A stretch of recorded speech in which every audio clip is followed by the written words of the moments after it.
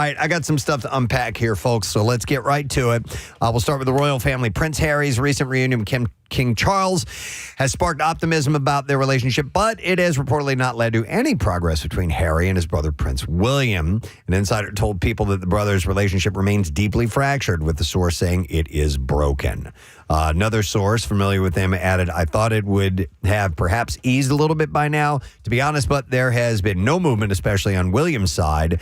There is no contact. The brothers were both in London during Harry's tensely planned visit to the UK, but there's reportedly never any expectation. It's very sad that they'll meet. Yeah, they used to be thick as thieves, as they say, and they were really tight. In fact, they were drawn to that tightness, obviously, with the loss of their mother. Yeah. And it's horrifying to see this. Ever since Harry and Meghan Markle's departure from royal duties in 2020 and the publication of his bombshell memoir, Spare, the rift seemingly continues to widen. Yeah, I'm going to give him a call.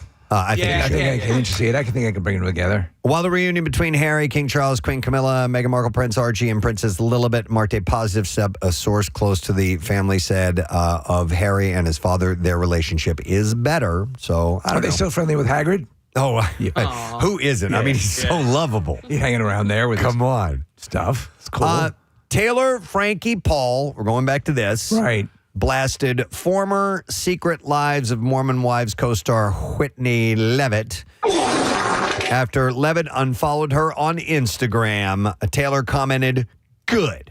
Oh, wow. On a post about That's Levitt. Brutal. That's hardcore. Unfollowing her and accused her of waiting for her downfall while never supporting her in return. Why didn't you go throw a bar stool at one of your kids? Paul said that she had defended Levitt through past controversies and showed her grace even when others did not. So you get the idea that there is reality television has created a substrata of that's their reality. Like this is reality stars and reality TV show fans have created their own sub-reality. Yeah. That's still not real. Yeah, this social media reality, this other sphere of... You know what I'm saying, right? Yeah, communication. Yeah, right. I even see it in the world of like influencers and stuff like that. Sure. Right. It's still a Matrix-like sub-reality. It's wild, like, because if people aren't invited to certain things, they're like, hey, you didn't like what yeah. How come I wasn't allowed and invited to this red carpet? Well, and there's like a friendship within it. You like make friends with other influencers so that you like each other's content to get the engagement and captions and shares and comments and all that stuff. Yeah. You just were going to say NS. And so you can get the you didn't like this. You didn't like that exactly. What's that all about? All right, the fallout comes after production on season 5 was temporarily paused following the release of alleged domestic violence footage involving Paul and her ex Dakota Mortensen. We know that whole story. So anyway, that was going on. So it looks like Katie Holmes has a new man. People are talking after the actor was seen holding hands with artist Jason Bard Yarmonsky in the Hamptons over the weekend. They attended a screening of Olivia Wilde's movie The Invite at the East Hampton Regal UA on Friday night. Oh, there's a hoity-toity event. And after the screening, the two spent the night, quote, chatting with friends at the after party. And several sources say that they looked very into each other. So this might be her current thing. Did anything, so I guess nothing came of her and Joshua Jackson. Remember, it was her and Pacey were out on the red carpet together? I'm going to guess, Marissa, that might have been a little PR manipulation. Yeah, possibly. Yep. Mind blown. All right, excuse me, Holmes. So we're hearing more from people who received invitations to Taylor Swift and Travis Kelce's wedding, only to think that the invites were spam. And you can count Eric Stonestreet amongst those who thought it was bogus. Oh, that's great.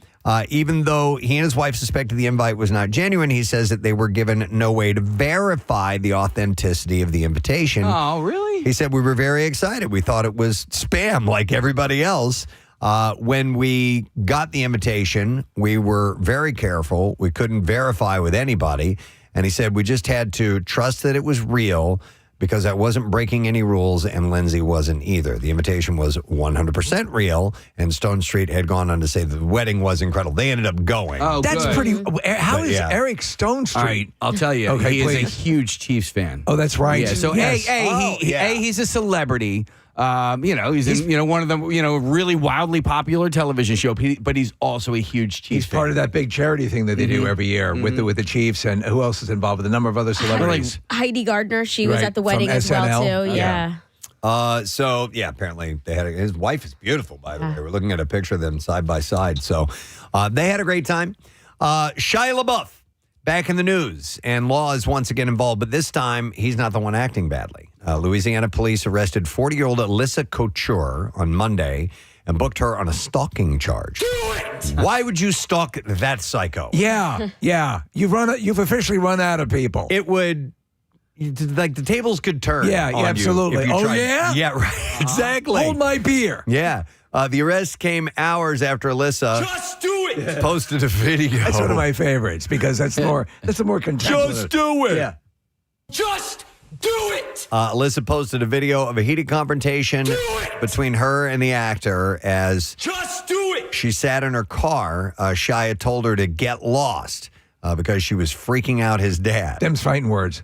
Couture has posted more than 5,000 videos on her Instagram. Yeah, that's a stalker. Most of which feature the woman addressing LaBeouf, whom she appears to believe is her husband. So, Well, listen, yeah. if they're married, we shouldn't get in the middle of that. You're right. Yes, the sanctity of marriage. We have no place in getting ourselves. So I'm trying to make out the T-shirt that he's wearing in this video. It says it's 1492. Is that supposed to be the Columbus? Is on a? Can you see a shirt there? I don't even know what this video is. 1492. Yeah, it looks like it's a steak shop or something. Okay, All right. I don't even know. Maybe he's just a big fan of Columbus. He could be. He could be. Possibly. I'm a Columbite. All right, so it has been 10 years since Stranger Things first debuted on Netflix, and since then, many of the actors' stars have risen significantly, and series creators, the Duffer Brothers, are in demand. And to recognize the 10th anniversary of the series debut, Netflix brought in many of the cast members separately to go over Polaroids from the set and reminisce for the cameras. It's like 25 minutes long. I watched like the first 2 minutes or so. I'm going to go back and watch Here's the whole some thing. of my favorite D-pics. But it was so important to me and my family that I'm definitely going to spend time with it. Millie Bobby Brown, Finn Wolfhard, Noah Schnapp, Gaten Matarazzo, Kayla McLaughlin, Sadie Sink, Priya Ferguson, Natalia Dyer, Charlie Heaton, Maya Hawke, Joe Keery, David Harbour, Winona Ryder, and Brett Gelman all appear in the video. And that is available now. Speaking of the Duffer Brothers, did you see that there is now a rumor or word that the Burrow, or is it Burrows? The Burrows. Burrows. I keep getting that wrong. Might get a season 2. It should. Yeah. It lends itself to Yeah, it. apparently the folks at Netflix are sort of admitting that they jumped the gun with cancellation on that. Yeah. And they didn't realize, or I don't know what the excuse is, but that it was a popular show. Yeah, it was good. Yeah. It was very good. All right, speaking of good shows, It's Always Sunny in Philadelphia returns for season 18 Can you next believe it? month. And on top of that, it's coming back with an expanded 10-episode run. Long-running comedy, of course, follows Patty's pub gang as they stumble through life and often causing harm to others as much as they do to themselves. So this season, we'll see the group dealing with inheritance drama, workplace automation, conspiracy theories, and changing attitudes toward drinking. They'll also clash with LARPers, the McPoyle family, and chaos at a Renaissance fair as well. Great. So it will premiere at 9 p.m. Eastern on FX, and Hulu on August 17th. So I guess we got to get Rob and see what's going on. Would love to see that. So they're talking about an extended season of 10 episodes, and I was watching Patton Oswalt in an interview, and he was talking about, and it's true if you put it into perspective, the Munsters ran for 2 seasons, and they're like 80 episodes. It's crazy. I mean, that they were doing like 35, 36 episodes per season. Yeah, I'm going back and my go to sleep show right now is Heroes. Yeah. The first season it's 23 episodes. Yeah. You know? That's an hour. It is a different animal now. Yep. All right, Jaleel White is set to host HGTV's new renovation competition series called Totally 90s House, and he's assembled a lineup of beloved television stars from the decade. So Keisha Knight Pulliam, Like it. Matthew Lawrence, Melissa Joan Hart, Jodie Sweetin, Beverly Mitchell, and Brian Austin Green I'm down with this. are bringing the hammer down in the 6-episode series where they'll split into 2 teams and transform homes stuck in the 90s. I'm on board for this, totally. So I've recently, again, fallen back down into the House Hunters addiction. Like, I'm looking at international, local, and I love the lottery show. yeah. I like that host. David, he's really the best. good. Premiering August 26th, a winner will score $25,000 for a charity of their choice. Describing the inspiration behind the show, White said, "Everybody loves the 90s again. It's the fits are back, the playlists are on repeat, and kids who weren't even born yet are binge watching the shows that we made famous." Man, half those celebrities could probably do with that money themselves. And so the show has a sister series premiering on YouTube with the working title HGTV House Call 90s Edition. And that takes fans inside the abodes of 90s stars and will also launch in August. So that's a couple cool sounding shows. Yeah, I like that. That are coming up. So, Steve, this is for you and me specifically.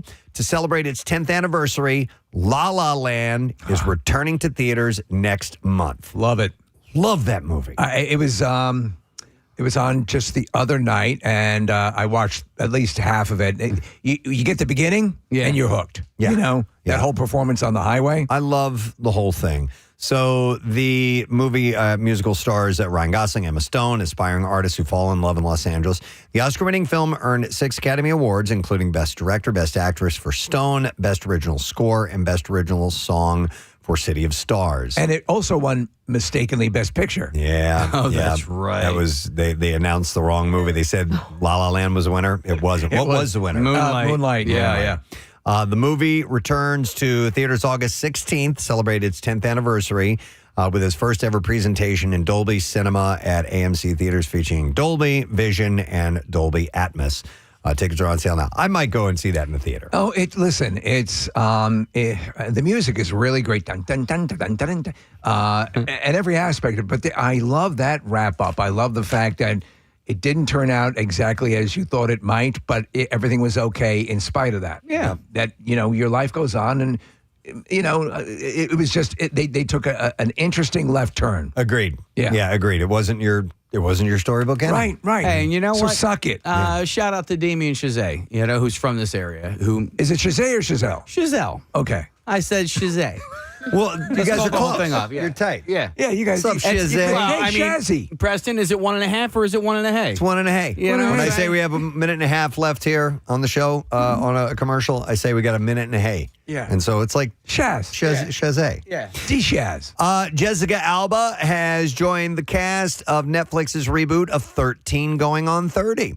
Alongside Emily Bader, Logan Lerman, and Adeline Rudolph. Details about Alba's character and the film's storyline remain under wraps, while original star Jennifer Garner is serving as an executive producer on the project. I bet she'll be the editor of the magazine. I think that's the way it's going to work out. The Andy Serkis character? Yeah, I and the could see Mark that. Ruffalo role is going to be Terry Bradshaw. Oh, wow. Yeah. The reboot follows the enduring popularity of 13 Going on 30, the 2004 rom-com about a teenage girl that magically becomes her 30-year-old self and learns to navigate adulthood. Have you watched any of her new show on Peacock? With the 5 women who are they're chefs and No. Jessica Alba? no, I'm thinking. I'm sorry. Oh, Jennifer Garner. I'm sorry. Yeah. No, I have not seen it yet. Yeah. But I do. I love her, so Yeah. I definitely have to check it out. So Alba's casting comes after her work on Netflix's thriller Trigger Warning, where she both starred and served as an executive producer. It's about the Lone Ranger's horse. Yes. Yes. Yeah. Definitely Trigger. So wait, no, that wasn't Trigger. Oh, what was it? Silver. Silver. Yes. That's right. Yeah. Yeah. Roy Rogers. It was Trigger. Yeah. All right, so the story of how a low-level actor wrote and starred in one of the most heralded films of history is itself being made into a movie. I Play Rocky stars Anthony Ippolito as a struggling actor, Sylvester Stallone, who decided the only way that he'll get a starring role in a film is to write the script itself. Did you see the preview? I did, and I sat there and I'm like, holy hell. Yeah. And this guy played Al Pacino in The Offer, which was the story behind the making of The Godfather. So a guy that comes across, and that is sort of small, Pacino-esque, has obviously bulked up, but what he's doing with the voice, they're low-light situations where you're like, holy Christ. Yeah, he nails that's Stallone. it. Yeah. The film examines the roadblocks that Sly had to overcome and the guns he had to stick to realize his vision and put Rocky on the big screen. So what they've done is they've morphed the character of Rocky into Stallone a bit to make it the same struggle. I had Ryan grab some audio, if to show you how close the voice is. All right, here we go. This movie is about having a belief in yourself. It's about going the distance. I put my heart and soul on the page. If I'm not willing to live up to what I wrote, then what's the point? So do you believe in me? Or not? Yeah, That's he's got good, that vocal fry down. Yeah. Perfect. Here's another clip. Yeah, I know I don't look like Einstein, but I got a brain. Yeah. I think that's whenever you can tell someone you have a brain, you're probably in a bad situation. Here's one more. Acting's what I live and breathe for. There you go. That's it, man. I gotta have faith in myself. Yeah. So I got a brain. So he, if I only had a brain. I could be so good. If I only had a brain. Hey, what's your name, you little bitch? The film. You said Dorothy? The film stars. You just tore the apple off that tree. It's his nutsack. Should have a little respect. He should be the Scarecrow. Yeah. Oh my God, yeah. we need to cast the entire crew. I can't think too good. Let's think about who. The Tin Man. Oh, so Paulie would be the lion. Yeah. Oh, right. God. Yeah. And Mickey would be the Tin Man. Yeah. If I only had a hot. oil me up. So the film stars Stephen James as Carl Weathers plus Anna Sophia Robb. I guess she's playing Adrian, or no, not Stallone's wife. Well, somebody has to be Adrian in the movie as well. Yes. There's an actor who's going to Sofia play Vergara. Oh, I don't know about that. Matt Dillon's in it. Toby Kebbell, Tracy Letts, Jay Duplass, and Robert Morgan. And it'll hit theaters this November, but it does look really, really good. All right, and I think we need to move on to the clips at this point. More than 20 years after the tragic deaths of Lacey and Connor Peterson, Scott Peterson, new evidence presents new light on lingering questions. And here, attorney Mark Grigeros discusses how he got involved in the documentary. I thought that the last documentary that was all done actually got people to reassess what they thought. Of all the cases I've been connected to, we successfully changed venue because the prejudgment rate was off the charts. Shut up, dummy. Part one of Scott Peterson, new evidence airs tonight, 9 p.m. on A&E. So Garagos is a very respected lawyer, but he takes on a lot of these. He was Michael Jackson's lawyer. Oh, was for he? a while, yeah. All right, here's our next clip. The Hawk follows a washed-up former number one golfer trying for a career comeback. And here, Molly Shannon explains how she got her role. Basically, when this show came about, he just called me on the phone one day. I was walking and talking in my neighborhood, and he said, Molly, will you play my wife on this new TV show? And I didn't even look at a script. I was like, yes. Really? Yeah. The Hawk is streaming today, and you, of course, can see that on Netflix. And Casey, that's what the whole meet and greet and PR event that you went to at the Netflix house. Molly Shannon wasn't there, though. Damn it. No. Alrighty, friends, that is our entertainment report for this day, the 16th day of July. We're halfway through July. That's crazy. It's mind-boggling. Yeah, the summer is zipping by, and with it, we have heat and smoke for your day today. So just sounds like a movie from the 90s. I could smell it when I got out of the car this morning. I'm like, yep, I remember that from a couple of years ago. So we got those Canadian fires. It's hard, man. All right, so we have several things happening on the show today. We are going to have Ron Funches, comedian, stopping by in the 8 o'clock hour, and we have Tomomi and Kosuke owners of the restaurant in Tokyo that is all about Philadelphia and cheesesteaks. They're stopping in this morning. And Mr. Sticky's will be here too. New location in Peddler's Village, next to Peddler's Village. So we'll do some giveaways in conjunction with their appearance here today. We're going to take a quick break and we'll come back in just a second. So stay close. And today is and I've done this the past few years. It's a new me. Is it a new you? It's a new me. What is the earmark of a new you right now? Oh, losing 20 pounds. Oh, really? Oh, yeah. Did you allow yourself the latitude to enjoy the holidays fully? Very much okay. so. Yeah, exactly. Would that be represented with a large alcohol quotient, or was quite there a bit. Cookies and baked goods and ice cream? Okay. Yeah. But I took a couple days off. All right. But for the most part, I went full steam. Yeah. The entire time. You I needed said, it. screw it. I'm like, what am I going to do? Yeah. What are you going to do? Modeling days are over. Yeah, exactly. So, but no, I'm getting right back to it. And one of the things that we have to deal with specifically, and a lot of people listening do, is getting your sleep back on track. Yeah. Because you allow yourself maybe little latitude, staying up a little later, getting up a little later. What time are you getting up during the days off? 8. Okay. 8:30.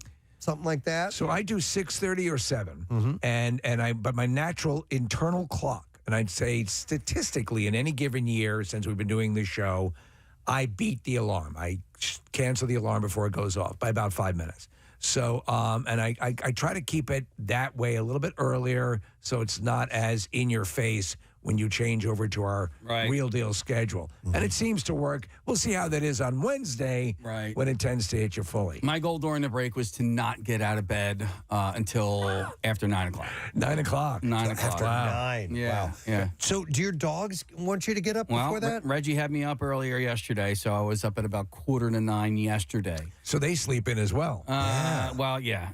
Reggie's just so funny because he literally will like blow in my face. He puts his nose up against my face and he goes like, and he like blows in my face. I'm like, it's not happening right now. Can you push buddy. it down to your crotch? Yeah, right.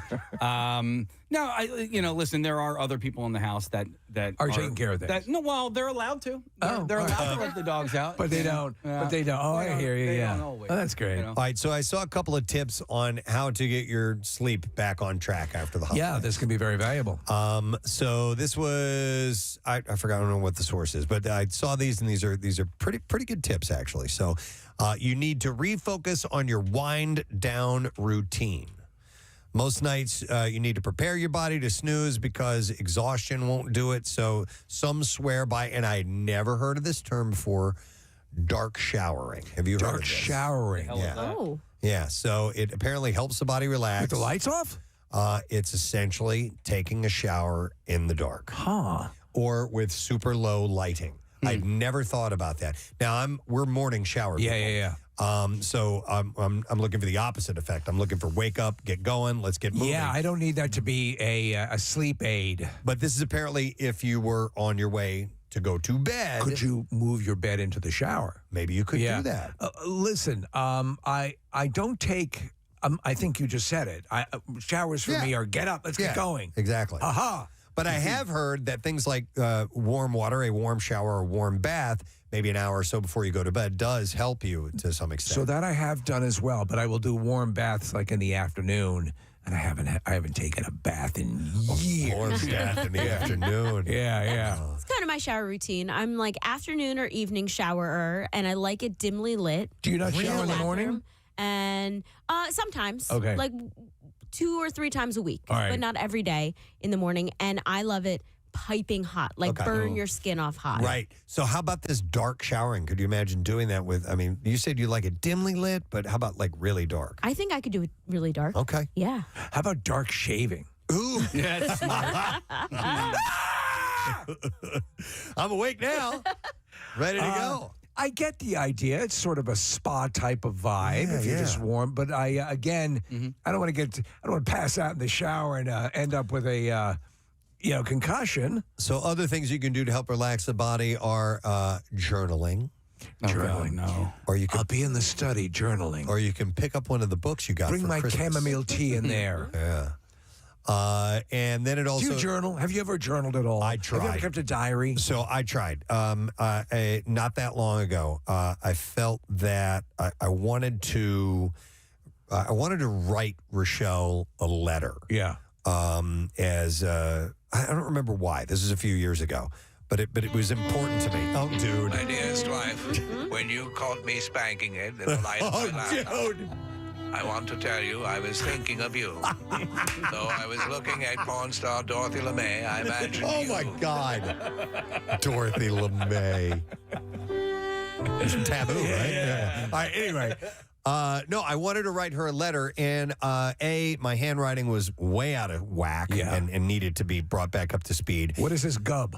And also, just stringing words together. I don't write that often. I am not a writer. It's part of the reason why I don't really post on Instagram that much is because I struggle with the written word and conveying what I want to convey via the written word. So I wanted to practice at it. It's funny you should bring it up. So I started journaling, and then it went away after a month or so.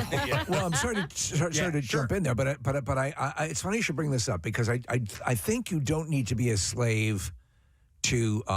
I completely understand what you're saying, but I see now more and more if it's just flowing naturally. My dad journaled fastidiously throughout his life, and that later was translated into and I played some of the audio on air. He recorded about 8 hours of his journal throughout the life to give to his sons, to my brothers and I, in the event of his passing, and it's the greatest gift. I think it's just an amazing thing.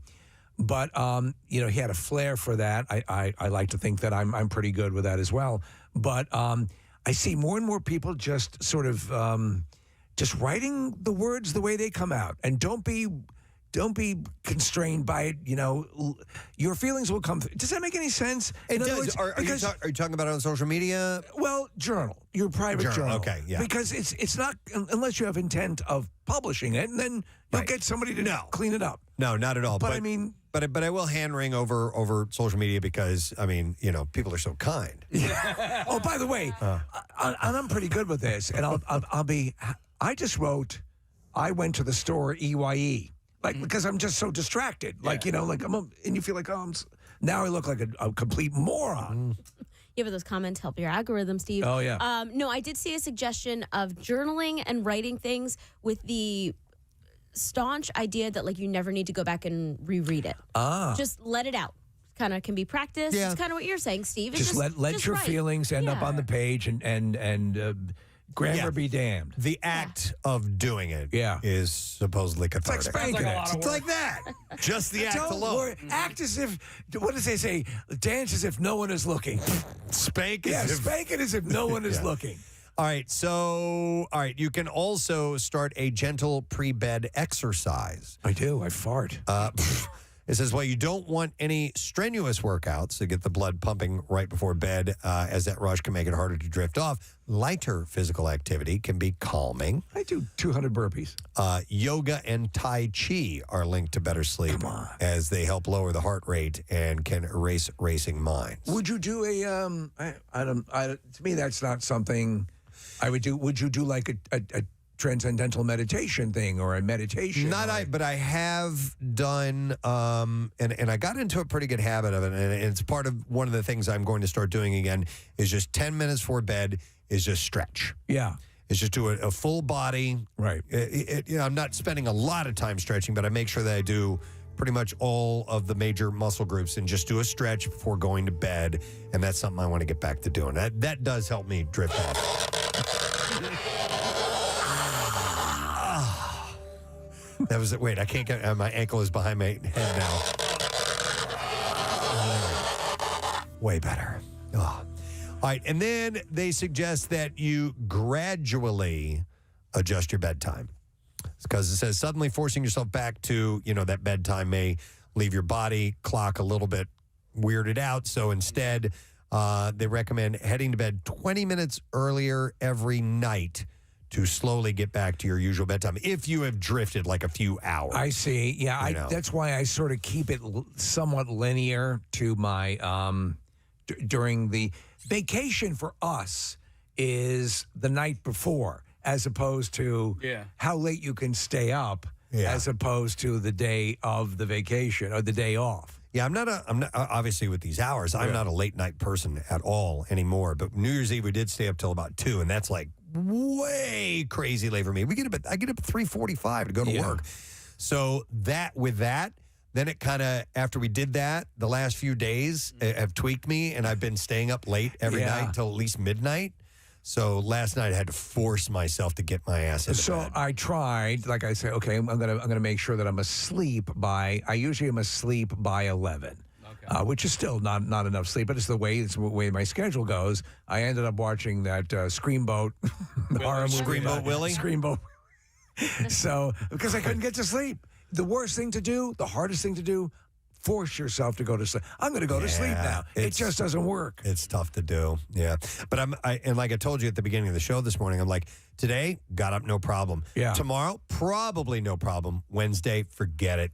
It's always, there's like a 2-day thing, and then a crash is going to hit. Consider that a taper's alert. Yeah, totally. You're going to want to record Wednesday's show. Yeah, I guarantee you I will be out of it. So, but listen, a lot of people are having to deal with kind of getting back. If you were lucky enough to have some time off at the end of the year, some people don't get any time off. When I think of the way my schedule was when I was doing stand-up, I was often getting home at the time I wake up now. I bet. Yeah. It's just insane to think that was my life years ago. I know. And now that's completely alien to me. God, I remember when I was first approached at doing morning radio, I said, no way. No. I said, you are out of your mind. There's no way I want to get up that early in the morning. It was not uncommon for me, Casey, you talk about the way you do things now, to put on a movie I really wanted to see at 11 o'clock at night. Yeah. And sit there and watch it till 2:30, 3 o'clock, because that was the way I was wired,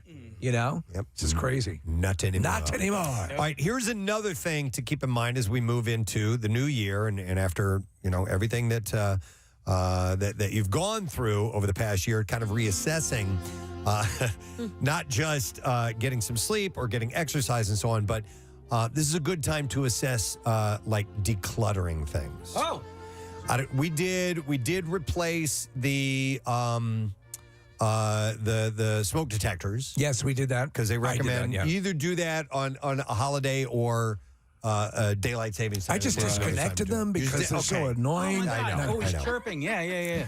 But another thing is decluttering, and I have a couple of tips here in a second. I had this gigantic pile of clean laundry in the corner of my room that just for some reason, honestly, like, because I hang up my T-shirts, right? And so I would just kind of like, just when and they were mainly, I would say 90% of it was T-shirts. So you consider hanging up, throwing them in a pile? No, well, instead of hanging them up, I would just kind of like put them on top of the pile. See. And so essentially for the last couple of months, I had just basically been living off of like 2 piles. No, 2 laundry baskets. So like whenever that laundry basket would get full, then I would like clean them, and then so I was living off of the same clothes for a couple of months, and then finally I went and I spent a few hours just kind of organizing everything, and then and is there a greater feeling in the world, dude? I mean, listen, just I know looking at it like, and people may mock and they say, "Oh, it just sounds like like it's like what has your life become?" When you lift those things that are just hanging over you, like, God, I got to get that closet done. I know it sounds stupid, but unless, like, the pride of a well-organized garage, it means something. That's next on my list. Yeah. Dude, a happiness is clean socks and underwear. Clean socks and underwear. When my underwear and sock drawers are full, I'm like... And you don't get it. But let me tell you this. The members of Godsmack, their sock drawers are completely organized. Yeah, absolutely. Yeah. All right, so here's some things. This is... likely things in your home that you could toss out or donate without a second thought. And if you find these things in your home, it's pretty safe to say goodbye to them. So here are the recommended things. And I think this is a good idea.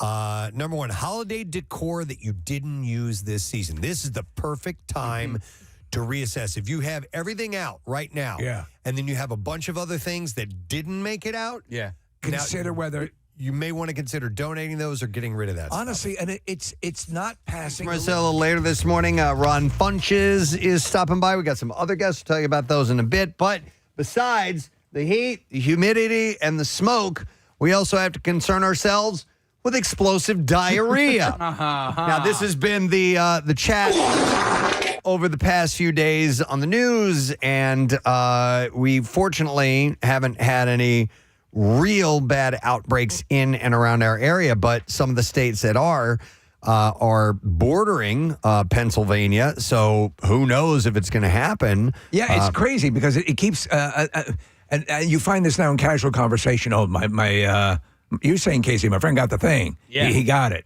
And it's slowly seeping its way, no pun intended, into the area. I mean, I absolutely got the thing, right? You're convinced you got the thing. I'm convinced that, listen, if there is a fast food restaurant that has, taken the lettuce off of their menus, and I eat at said fast food restaurant every now and then, once every 2 weeks or so, I think I got that. Because what I was suffering is exactly what has been described. So everywhere. So Mamma Mia, Papa Pia, Casey got the diarrhea. Yeah. So actually, there was an article. Steve sent it over to me of some information that you may want to know about. Oh, I see we're getting a phone call. Oh, okay. I want to talk to our caller, but I also have this list of information that I personally want to go through. Well, he's got the preamble now. But he's going to give us the whole thing. You know him. It's Dr. Mike. He's for the crying best. out loud. Yeah. But I have a plan. Okay. Tell him we'll call him back. All right, we'll call you back. We'll get back to Dr. Mike in a minute because there's something else I want to do here. I have some information about this, and I also have some clips from movies with diarrhea moments. So I kind of want to do a connoisseur here. Well, there are a number of iconic moments in movies. I'm going to go through a couple of bits of information and play a clip from a movie, and if you identify the movie, we have a prize for you. And in fact, our friends from Mr. Stickies are stopping by today with some giveaways, and they have $50 gift cards, so I'd like to give these away via this.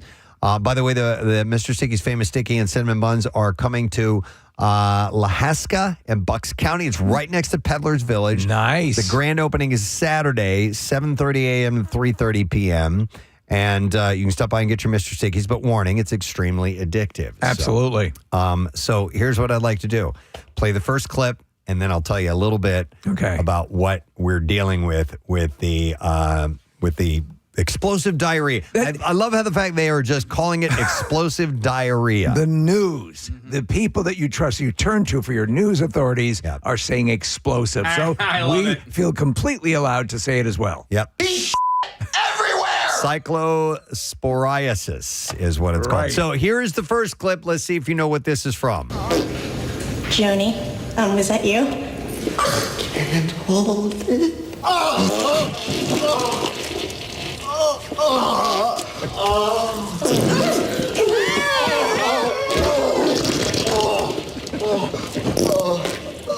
All right, 610-660-9333. How good are you? Let's see if you know what explosive diarrhea moment movie that happened in. So, yes, so far there are no signs of widespread illness from the Cyclospora cayetanensis. I can't pronounce all these Latin words. Villanova. But the federal health officials said that they had linked it, the cases in widespread outbreak in Michigan, which you've been hearing a lot about. Yes. Yep. But also Ohio, Kentucky, and West Virginia.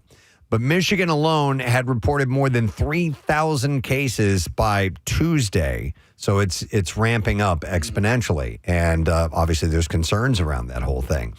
Reporting requirements for these cases differ in Pennsylvania, but cases here remain relatively low. Cases were also at typical levels in New Jersey. None has been reported in Delaware since May. So it's not unheard of. These things pop up from time to time. They do, and this is slowly, as we say, seeping its way in. But are we required when we have diarrhea to report to some authority? No. No. All right, we're going to see if somebody gets a prize here. We're going to go to Brian. Hey, Brian, good morning. Hey, good morning. How's it going? Good, buddy. All right, do you know what explosive diarrhea moment that happened in? That would be the first American Pie. Yes, American Pie. Everywhere. Absolutely correct, Brian. we're going to give you a $50 gift card for Mr. Stickies, and you can get information about them at MrStickiesBuns.com. All right, cue up another one. Here's another moment from a movie. Let's see if you can identify this one. No,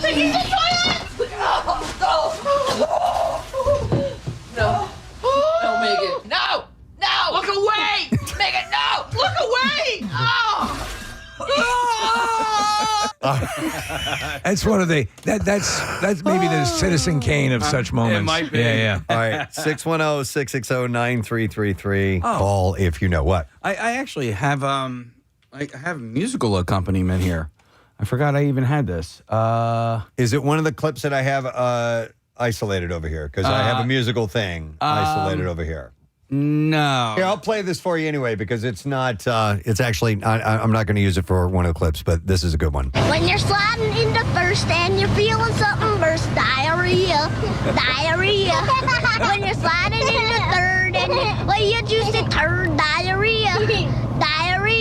When you're sliding into home and your shirts are full of foam, diarrhea. That's a classic. It's a beautiful song. Mm-hmm. That Little Rascals. No. Oh, what is that one from? Parenthood. It's the opening sequence. Oh, this was the musical accompaniment we had, yes. All right, so... I like how we're taking a medical approach to this.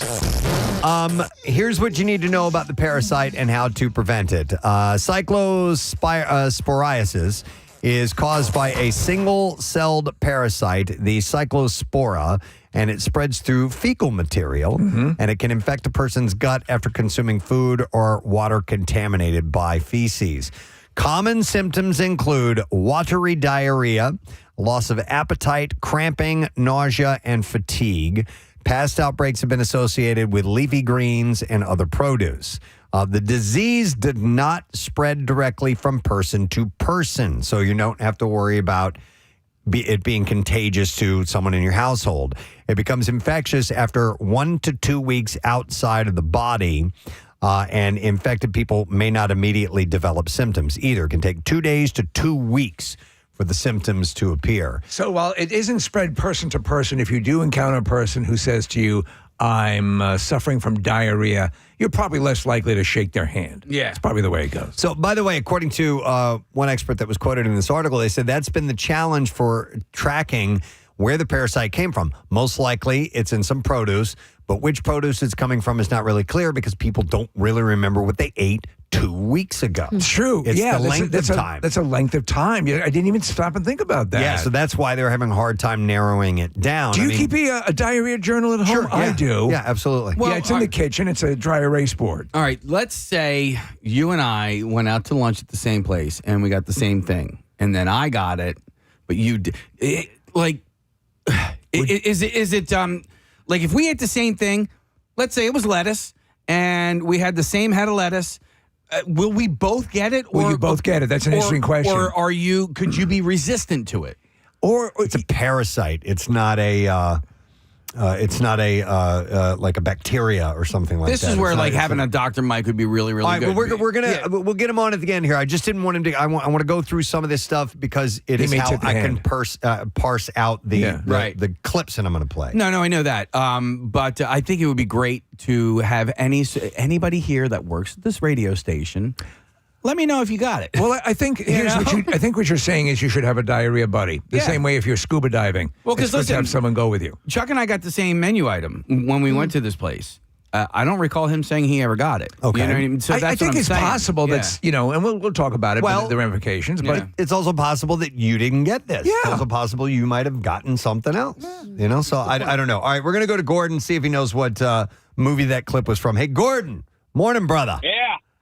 How's it going? Good, man. All right, do you know what movie that was from? Yeah, Bridesmaids. Yes, it's Bridesmaids. Yep. Hang on, buddy. You get the pleasure of getting a $50 gift card from our friends at Mr. Stickies. And by the way, if you're one of the first 250 customers at Mr. Stickies grand opening this Saturday in Lahaska, you score a free sticky bun. So Mr. Stickies is right next to Peddler's Village. You can learn more at MrStickiesBuns.com. You'll get your complimentary bun, and then you'll buy like 12 additional. Yeah, and they just arrived, by the way. Awesome. They're getting them set up in our Acme lounge as we speak. They are addictive. So I'll play another clip. You see if you can identify this one. Explosive diarrhea clips this morning in honor of the parasite. scourge. All right, so here it is. Let's see if you know what this is from. You look like you want to get something out, son. Oh,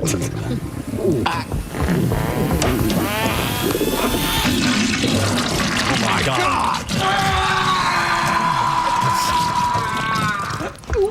I'm bleeding. Oh, my God. Good God, that's wretched. I've actually never seen this movie, so I was not aware of that clip. So, all right, 610-660-9333. All right, so how do they track the cyclopsoriasis? Health officials in 47 states, including New Jersey and Delaware, are required by law to report the cases to the CDC. Pennsylvania is among a handful of states where doctors are not required to report cases to health officials, but they do so on a voluntary basis. Just because it's a fun call to make. And state officials investigate and submit case reports to the CDC.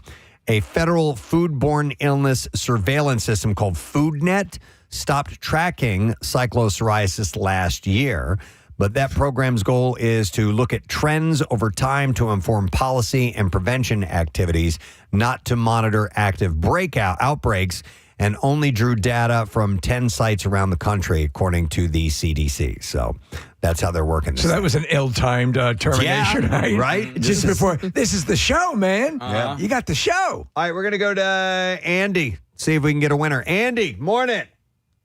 Morning. How are you? Awesome, Andy. All right. Do you know what that explosive diarrhea clip was from?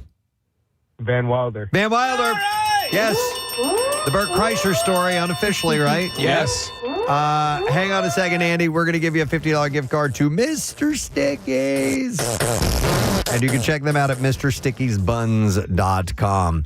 All right. So the Pennsylvania borders Ohio and West Virginia, two states involved in an ongoing outbreak. Cases here have been relatively low. So far this year, state health officials have reported 28 cases, 14 of them in southeastern Pennsylvania, so in our region. New Jersey has reported between 31 and 80 cases since May, when the cyclopsoriasis cases typically rise, according to the CDC. But health officials said last week that the state is experiencing normal seasonal circulation without known clusters or outbreaks. Okay, so while it seems to be pretty impactful, it's not crazy. Not around here. Okay. Not around here. These parts, we do our diarrhea right. Delaware has not reported any cases since May 1st. So they're in the clear. Home and tax-free shopping. There we go. There you go. Diarrhea-free. Absolutely. I think they're a little more private down there, probably. Probably. They keep it to themselves? Yeah. At a certain point, you can't hide it, though. All right, let's tee up another clip. Let's see if you know what this is from.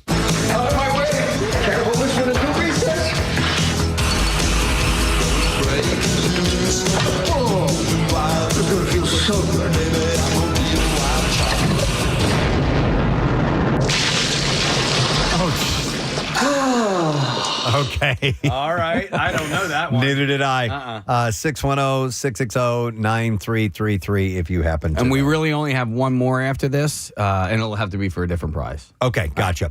All right, so here's how you can. Well, here a couple little.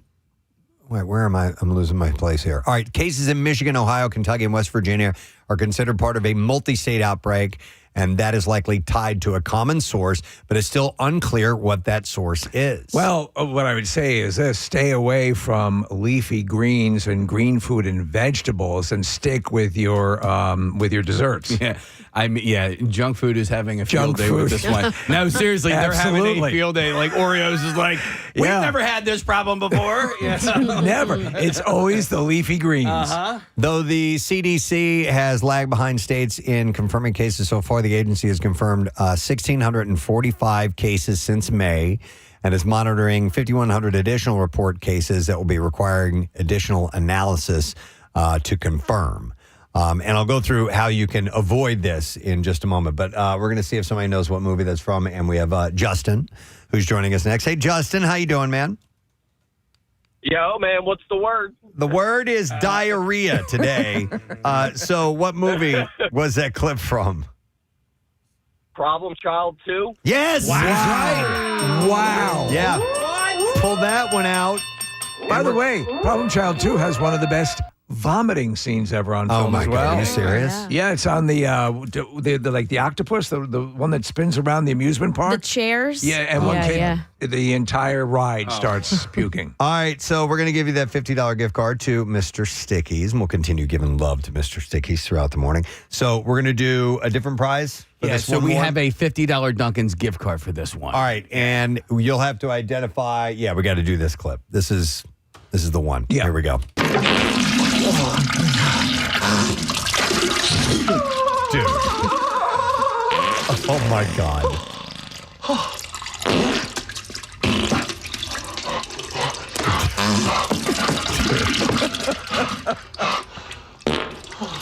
Wait. Believe it or not, there's more. Here's the best part.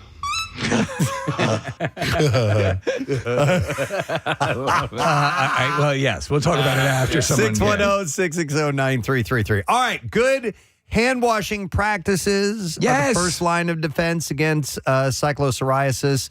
Wash your hands for at least 20 seconds in hot soapy water. Yeah.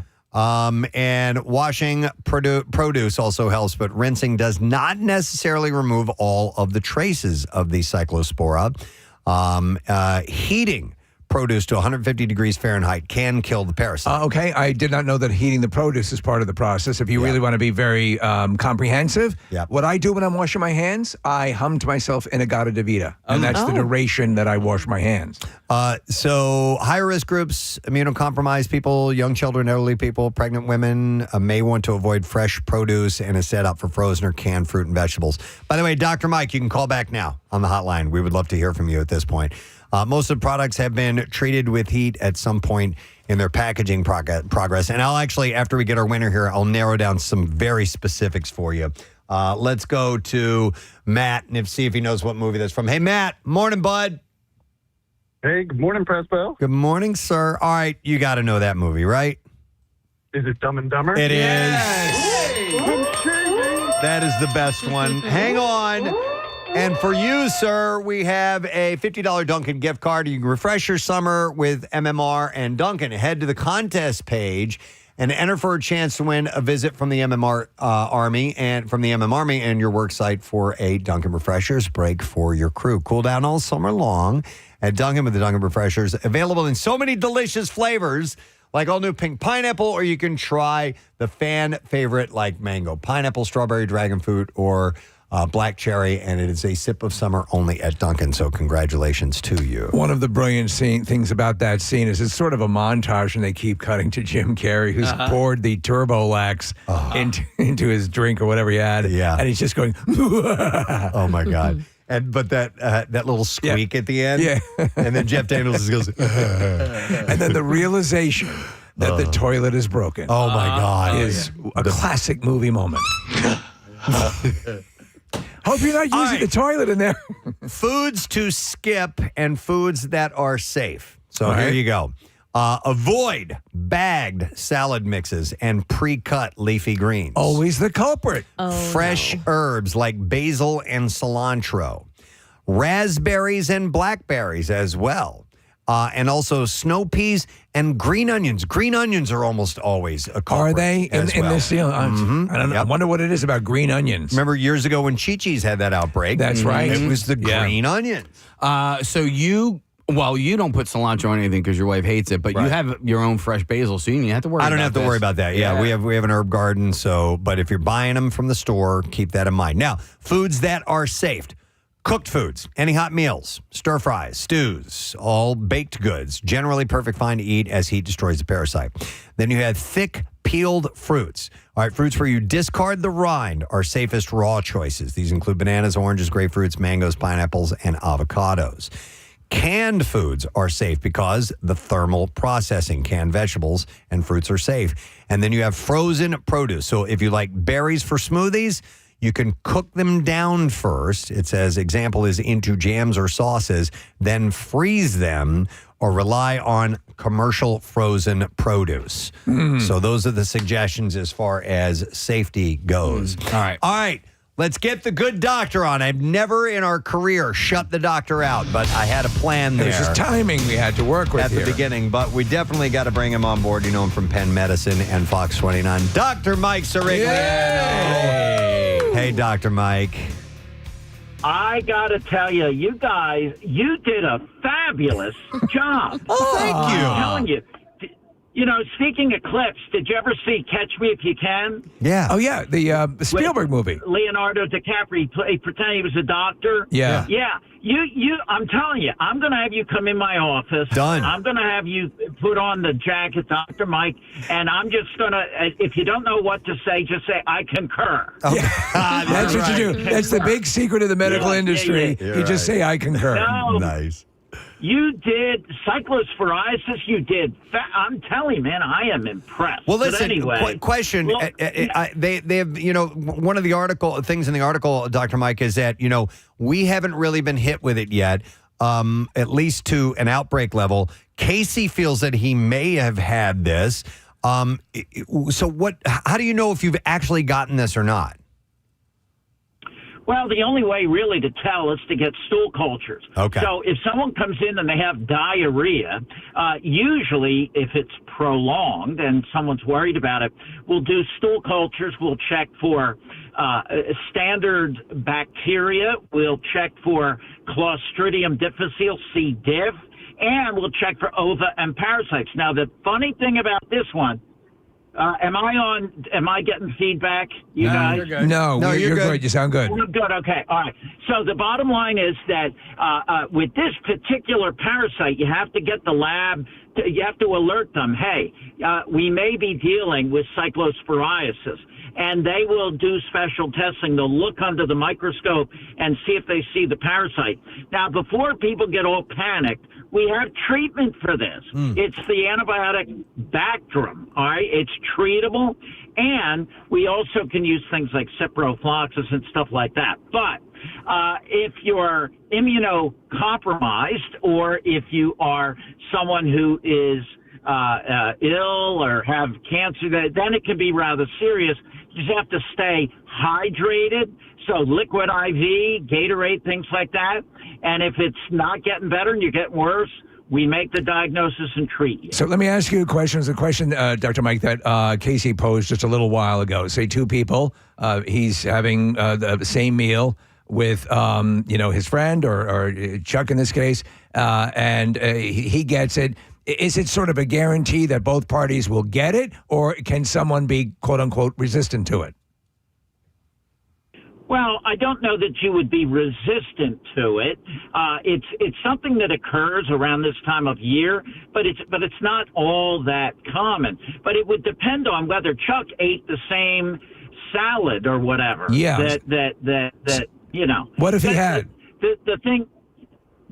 Well, maybe he got enough of a dose of the parasite that he would get sick. Maybe not. Okay. It's kind of the luck of the draw. It's a dose-dependent thing. But look, if you're worried, buy whole heads of lettuce, as you said, Preston. Peel off the top couple of layers and then wash it. Most experts are saying avoid prepackaged salads. Raspberries already have a bad reputation because they can have a lot of bacteria and things there because of the way the structure of a raspberry, the same with blackberries. But right. I wouldn't panic. I would just be a little more careful. Okay. And you'll be okay. We have treatment. We have treatment for this. So you also, you brought up the point of the Gatorade. So, and we were talking about this. If all that is being expelled from your body, the same way if you're vomiting, you're losing electrolytes, correct? Right, and you get dehydrated, which can cause trouble, and then you complicate it by the hot weather, and you're sweating, and you might have a fever, and you feel terrible. You don't feel like eating or drinking much. You've got to stay hydrated, or else you're going to end up in an ER getting intravenous fluids. All right. But you'll feel a lot better if you keep up with your hydration. That's the bottom line. Well, you're speaking comforting words here, because if some people were panicking, because they do make a big thing about it. Sure. And of course, it gave us a great opportunity to play a whole bunch of diarrhea effects. Yeah, and we're not going to pass really on that. Suits as artists. Listen, I was... Yeah. Go ahead. No, go ahead. That that drew me to, on P1, I listen all the time. Yes. Every single day. But the diarrhea stuff, it really brings it home. It brought me. It's like coming home. It's like mom's warm apple pie. Do you know it's funny though, Matt? Obviously you well know Matt Gord. You're a doctor as well, and he cannot. It's like lightning. It's like daylight to a vampire. Any of this stuff, he the discussion. Yeah, he'll literally plug it. his ears. Yeah, he hates it. All right, Dr. Mike, we love you. Thank you for the info. Thanks for keeping us alive, bud. Love you guys. Love you. Have a great weekend. Love you. All right, we'll see you. Dr. Mike Sirigliano, of course, giving us the knowledge. So, heads up means it's like, don't panic. Listen, I eat salad every day. I eat salad. I've eaten salad every day for over 5 years. And I'm not going to slow down. I'm just going to, You're a loose cannon, buddy. But it doesn't. This guy with the salads. I don't do the bag salads. I cut, my own. And so, but Caleb last night, we had a salad for dinner. It's a chicken salad. And was like, I don't know about the lettuce. And I'm like, well, you don't have to have it. But yeah. Take a risk. Come on. And we've said many times, and I know this is the kind of conversation we really are drawn to. Given your druthers, I would rather have that than be constipated. Absolutely. Yeah, I think absolutely. So. I think I'm with you. Neither one is fun. Neither one is fun. But yeah, I'm with you.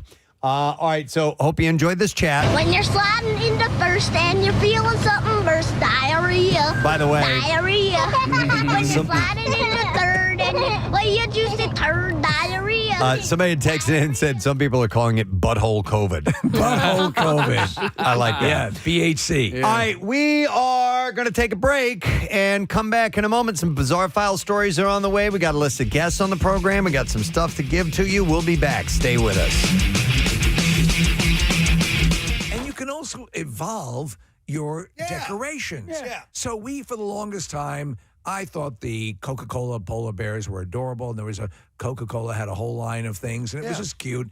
They never come out, so we donated them, and yes, it's a great time to cycle that stuff out. If it's not sitting out now, it's probably because you don't like it or don't use it or have no intent to use it. Yep. We have had this a little bit smaller than life-size Santa Claus that, there's a button and it sings and all that stuff. We have the same thing. Okay. It's great. Well, its head fell off years ago, right? Claus. And so... Claus. Dude... So now I literally, in his one hand, I have him holding his own head, which I think is really, really funny. But it's magical, It is going in the trash tomorrow. Yeah. But for years, this thing, we would just kind of place the head on top of it, and anytime you bumped it or whatever, the head would fall off. I love that. Dude, but it's time to go. You could bring it in here. It would actually work as a decoration here to Kappa Claus. Oh, man, that's just another step. It's just so much easier to put it out in the trash to me. All right, here's another thing you need to assess, your camera roll. All right, that is arduous. That's a lot. If you have thousands and thousands of pictures, it's a lot of work. I told you guys about this earlier this year, late this past year, and I saw an interesting tip about how you can spend the next year going through your camera roll. There is a way to set this up. You can do a quick search online and find out how to do it, especially if you have an iPhone, that every day it will send you, it will alert you to all of the pictures you took on that day in your camera roll's history. Right. So if you think about how many pictures you've taken on one day, chances are it might be fairly manageable over the last, 15 years or whatever that you've been using your iPhone app or your Photos app. Yeah. And so if you have a reminder every day, maybe you can quickly go through and go, oh, my God, that's a picture of food. Yeah. What do I need that for? I need that. And delete. Yeah, I need that. Save that. What a muffin. But it might be a quick way to just clean out and get rid of it's a year-long process, but you might completely clear things out and maybe save some more space on your phone or whatever it is. The I think fear it's a great of the shotgun method is that you're going to get rid of something you really wanted and kind of just bulk erase it. Yeah. So if you're taking it on a day-per-day basis, the likelihood of you doing that is a lot less. And you'll come across something you're like, oh man, I love that. I forgot about that. Yeah. This is my favorite tea pick. Similar to get rid of Facebook friends on their birthdays, it reminds you every day who people are. So if you go a whole year checking the birthdays, you can be like, unfriend you. Right. Okay. All right, good idea, Preston. I don't need this picture of 3 pieces of pizza. Right? Like, what the freak is that doing in there? Exactly. All right. All right. Any unused tech items, especially if it's outdated tech and things like that you just don't use anymore, it's a good time to assess that and get rid of that. Expired coupons, old gift cards, or just gift cards in general. Yeah. And get yourself a plan to start using those. Listen, and you probably got a fresh batch of them. Yeah, if you haven't used them, if they haven't meant anything in a long time, that's for a reason. Get rid of them. Yeah. Also, it says here dead batteries. If you have like a container of dead batteries. I told you guys about this a while back. I had heard that hardware stores will collect dead batteries and dispose of them properly. So I had like a bag full of old, AA and AAA batteries. And I go to my local hardware store, and I come showing up, and I brought this bag. I'm like, hey, I heard you guys will, dispose of these for me. And they were like, oh, okay, yeah. Well, we'll just throw them out with the rest of the stuff we normally throw away. And I'm like, you don't recycle or anything? They're like, no, we'll get rid of them for you. I was like, okay. I could have done that. I thought I was doing the right thing. Yeah. Hey, if you have a second, look at this picture of 3 pieces of pizza. Rodney will take your dead batteries. Yep. Yeah. All right. Number 6 on and I have these 10 things on this list. Number 6 is expired condiments in your fridge. Ew. If you have no, not condoms. I know that's what you're thinking. Condiments. Especially if you have several people, if you're a household. So you can go through and find stuff like, we will buy things for one recipe, something like, fish sauce or some very specific thing, and we'll make it and then forget to continue making stuff that uses that, and it goes bad, and I just need to clear stuff like that. So we went with the ultimate situation with that. We had the kitchen completely redone, and that was a massive purge. And if it wasn't something we were currently or just recently used, it's out. So it's a wonderful thing. And you won't believe the amount of space you buy back. Marissa, expired makeup and skincare is on this list as well. Now, you use fish sauce for your skin, right? Yeah, you're only supposed to use things like mascara for like a year or so. That's probably the wrong amount of time. But sometimes you have palettes of eyeshadow for years, and those are okay to keep. Okay. There's a list somewhere where you can follow along. So to your guess, what cosmetic lasts the longest? I think it's the amount of time that you use it.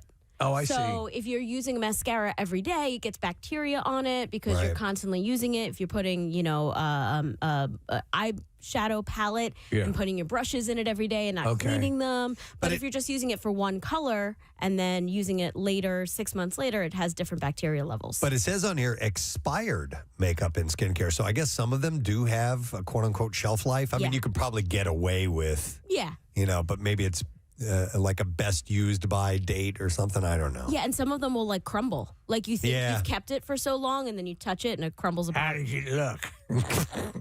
All right. Also, expired medications. Yeah. Some people don't realize that medicine goes bad over time, even over the counter stuff. If you're buying ibuprofen or acetaminophen and stuff like that, they do have expiration dates on them. Get they together won't work with our as neighbors, and we'll do a potluck. Medication. Everybody brings medication. Yeah. All right. And what a great idea. Hey, I brought Xannies. They're about to go. They're only a month old. Stool softener. Yeah. Also, extra items in your shower that you may want to get rid of. Like that toaster. Yeah. That half bottle of conditioner, the other one a soap. God, Rochelle used to be a conditioner junkie. I remember at one point it was like 35 bottles. We have this shelf in our fridge. And one day I'm like, I'm going through this stuff. And I pulled it up and 80% of it was conditioner. Yeah. She kept it in the fridge? No. on the shelf in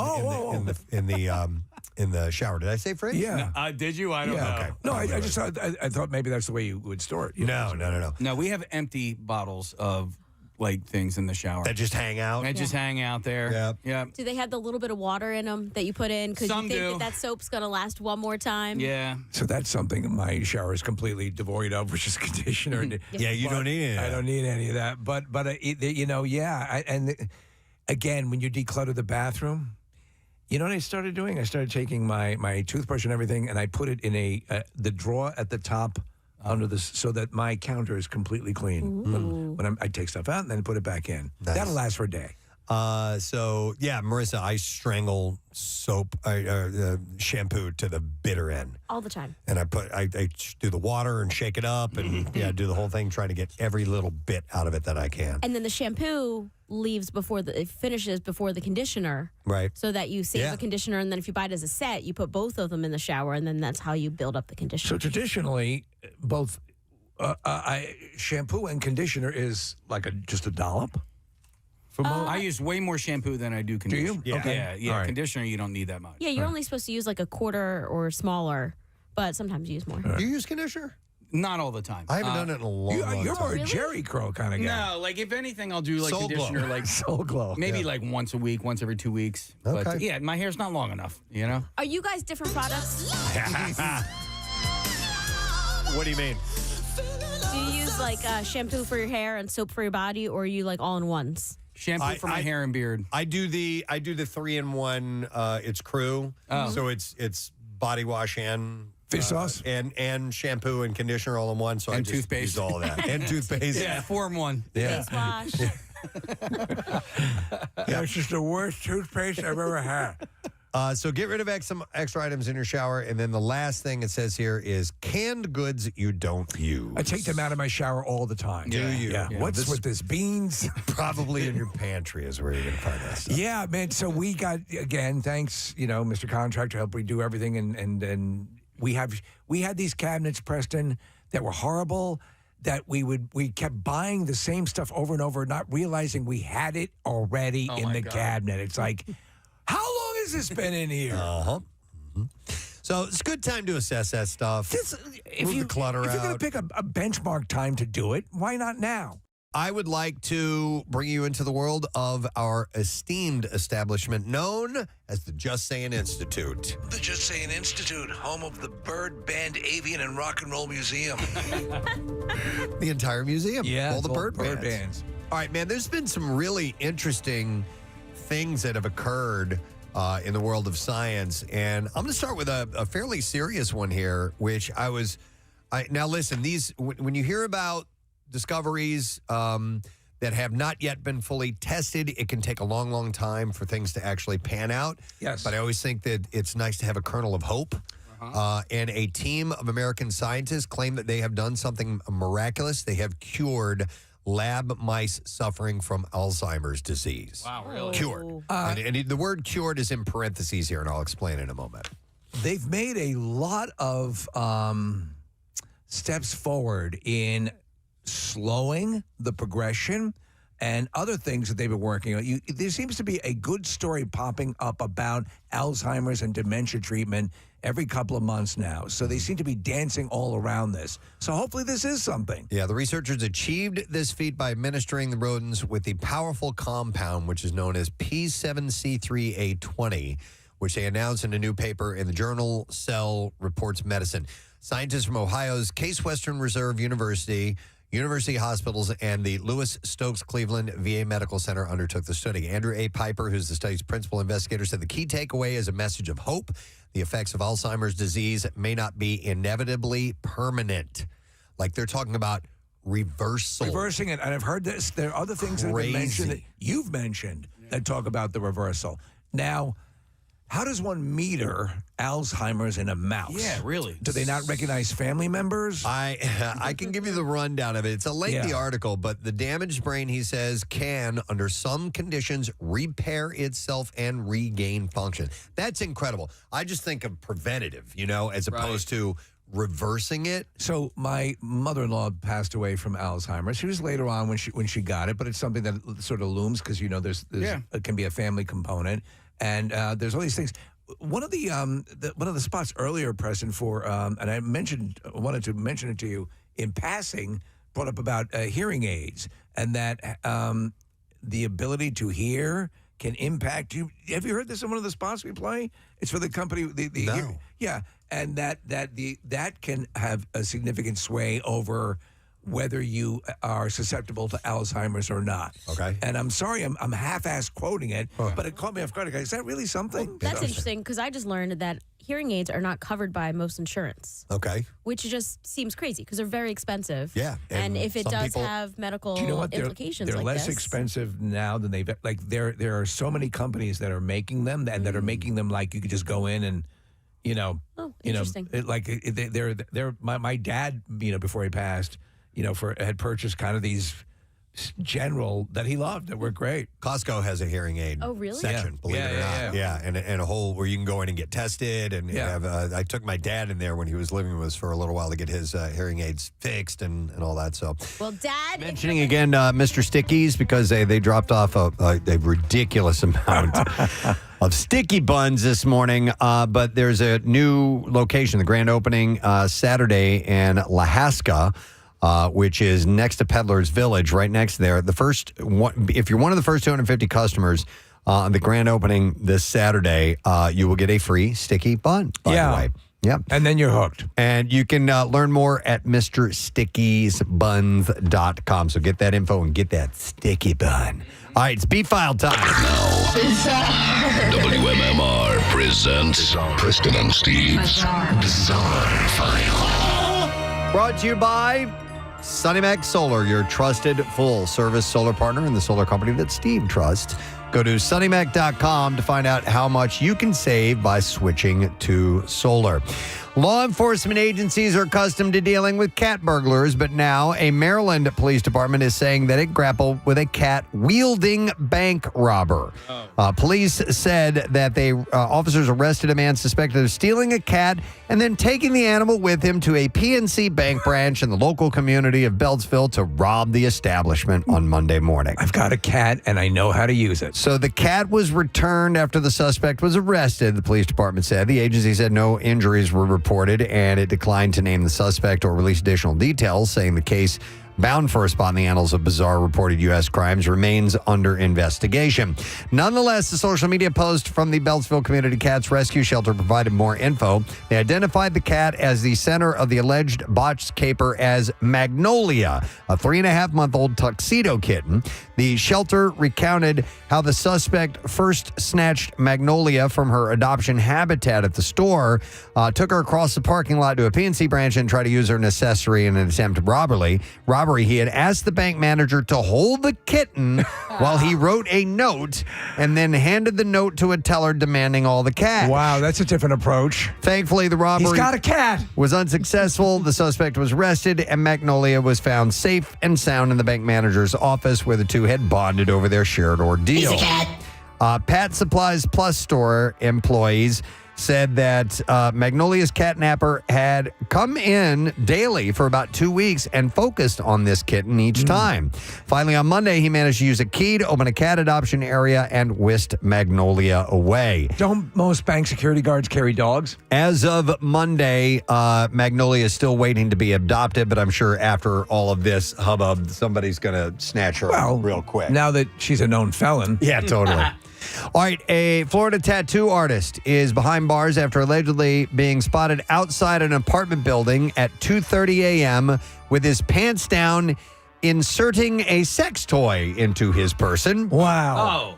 Jonathan Nemeth was arrested. Oh, don't mind me. For allegedly for indecent exposure early yesterday morning and booked into the county jail on the misdemeanor rap. What you doing there, buddy? Cops say that a victim took a photo of Nemeth exposing himself in a vulgar manner. When confronted by St. Petersburg police, Nemeth reportedly, quote, admitted to exposing himself outside of the complex where he resides. Wait, take the photo again. The light was behind me. Nemeth is scheduled for an initial court appearance. He was charged earlier this year for exposure of sexual organs, and that case is pending as well. I think it takes a lot of gumption to do something like that in public. Known as Nemo, Nemeth's social media pages showcase tattoos that he has inked on numerous clients. A father of 2 young boys, Nemeth was sued last year for divorce by his wife. Why? He seems like a catch. Yeah, the matrimonial action is ongoing. According to the court and Florida Department of Corrections records, he has served more than a decade in state prison for narcotics possession, armed robbery, and fraud convictions. Betty, doesn't your husband like to pleasure himself in public? A Florida woman was not happy with the license plate she recently received. Did you see this? I did. It's great. I did. So the letters and numbers she received have a risque message, and the plate has become topic of conversation at her retirement community, where opinions are split. She's 77 years old. Nancy Dello Strito said she went to collect her mail and got a surprise. She found a new license plate with her vehicle registration renewal. She said, I looked at it and I said, I don't think so. So the plate reads SQZA55. But from a distance, those 5s look like S's and it looks like it says squeeze ass. I kind of like that. I know. Strito said, I don't think a woman that lives in a senior community that's going to be 77 years next month will be driving around with this plate. And what it has to say. I think it's a positive message. The plate has become the talk of her retirement community, especially among the men. Officials said anyone who is unhappy with the plate can actually turn it in for another one for free. For now, she's keeping the plate, although she is planning to let the state know about it. I would have them change the SQZ to EET. Eat ass. She said that she will see the reaction when she goes public with her new license plate. It's going to be very popular. Mm-hmm. All right, 2 North Dakota men who say that they were switched at birth at a Grafton, North Dakota hospital in 1988 are suing the medical center after a 2023 DNA test revealed that they had been raised by each other's biological families. Could you imagine learning that far along in life? Yeah, Unity Medical Center denies all allegations in the complaint. For 35 years, Jeremy Morrison and Kyle Boleyn lived about a county apart in North Dakota. They celebrated milestones with their families. It's amazing. First words, first steps, birthdays, and life goals. Now, they never knew that they had been living their lives with the wrong identities. Elizabeth O'Toole and Terry Morrison welcomed their son Jeremy early in the morning, January 28th, 1988. About 10 hours later, Evelyn Newton and Keith Boleyn greeted their new baby, Kyle. They were the only 2 babies born at the Unity Medical Center in Grafton that day. How do you F that up? I know. It's not like they were just an onslaught of babies being born. They had one job to do. The family say they didn't learn the truth until 2023 when Kyle Boleyn took a DNA test to learn more about his mother's German heritage. The hospital's going to make it up to him, though. They're giving him free tongue depressors. Oh, that's cool, though. I mean, honestly, though, like, I wonder how similar their upbringings. Like what if one had rich parents and this beautiful all the toys and the other everything. one's in the parking lot pleasuring himself. Yeah. Tim O'Keefe, one of the attorneys who's representing the family, said we had all of the family members go into a professional facility locally, do paternity tests and DNA tests to determine who is actually related to whom. And the results were overwhelming that these 2, now men, were switched at birth when they were babies. But you know what it also does, Preston? It robs them of potential medical knowledge, that could have benefited them if they knew that there was a history or something in the family. Yeah. One of the men still has his wristband from the hospital with the wrong name on it when he was a baby. That's a keepsake. Yeah, totally. All right, and there you go. That's where we will wrap it up, your bizarre file this morning, friend. All right, we are going to take a break. We have a guest who is scheduled to be here in a little bit. Ron Funches is awesome. He's such a great comedian. He's going to be at Helium Comedy Club tomorrow, Saturday, and Sunday. The early show on Sunday is sold. Our Saturday is sold out, so the other shows are probably going to sell out too. Yes, so keep that in mind. We're going to take a break, come back with him. Make sure you stay with us. Right now. Yeah.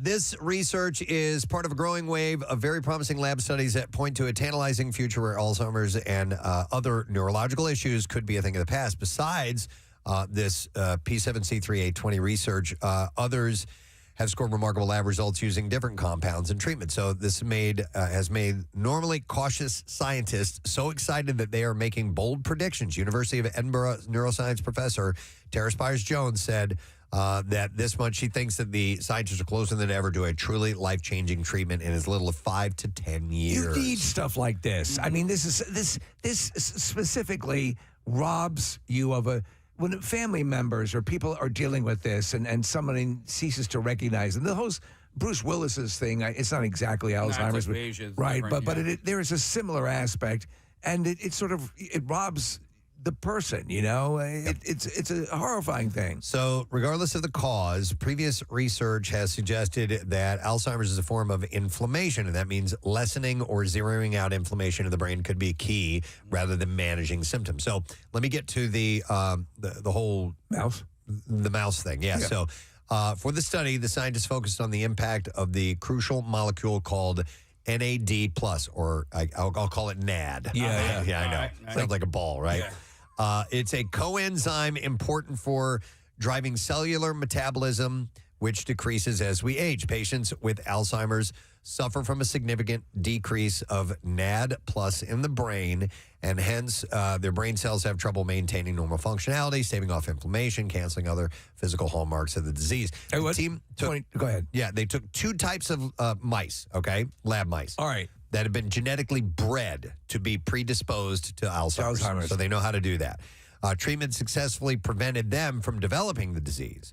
But the big news was they injected the compound into another batch of lab mice who were suffering from a relatively advanced stage of Alzheimer's at 6 months of age. After getting injections, the mice completely recovered their cognitive ability, and their NAD+ levels were restored to homeostasis levels. So that's amazing. That is amazing. So if the NAD levels are correct, do they even have to introduce the D's nuts? I don't think so. No, as long as your nads are good, you don't even have to worry. You don't about even have these to concern yourself with them. What's also good about this study is that P7C3A20 offers an alternative pathway to boosting NAD levels versus taking over the chemical precursors for NAD+, which can raise NAD+ to such toxic levels that people could develop cancer. Don't want that. Yeah. That's where you would introduce the D's nuts. So I thought that was pretty amazing. No, listen, so much of just having hope, it really does help to have something to affix to. And I think this is very encouraging news. Chris Hemsworth has an issue with this, right? Well, I think there's a family history, and he found out that he found out he's very predisposed to it. Yeah, but I mean, listen, yes, this is encouraging, and I'm really happy. But then I also feel bad for the people now. that it's too late for. I know, and it is the sad nature of these things. But hope is hope. Yep. Yeah, so they want to obviously start human trials as they possibly can, but they obviously have to do more testing before you can find out if you can even try this stuff out. I wonder if you can, could they talk to Rat Boy? Because that's kind of a happy medium. Already Eugene. There. Yeah. Eugene. That's from Rat Boy. So we'll have to wait and see. But listen, it's hope. It's good news. And when I see Why stories, not good news? When I see stories like this, like I got a birthday coming up, all right? And I'm like, oh my God. All right, 10 years? All right, would that be available for me when I eventually have Alzheimer's? I have it all planned out. I'm going to keel over. We got a cure. Yeah, the next day. Yeah. It'll happen. The guy's going to step over my body on the floor and go, we can fix it. It's like 10,000 spoons, but all you need is a knife. Right. Yeah. All right, Steve, here's a text from somebody. It says, an audiologist here. There is a link between dementia and hearing loss. So dementia. Lack of hearing makes you withdraw from conversation and you lack mental stimulation. And that's a quick explanation of it. There we go. Okay, So that makes can happen. sense. Yeah, I could see that. The less engaged, again, I've seen people in my life where I know when they took the classic retire, kind of disconnect from society and engagement, it seemed that their dementia accelerated. And then here's a text that says, and yes, most insurance companies do not cover hearing aids, and it is criminal. So just a heads up, it can get expensive. All right, let's move over to orgasms. Yes, love them. All right, we go from... And how are the mice doing with this? Well, they're... Oh, man. Who's your daddy? Who's your daddy? Well, this is mainly in females. So female mice. If you've ever found yourself in tears or cracking up during sex, even if nothing was especially funny or upsetting, it's not uncommon. Having sex... Oh, she definitely got there. I can hear it. I'm going to make you laugh so hard.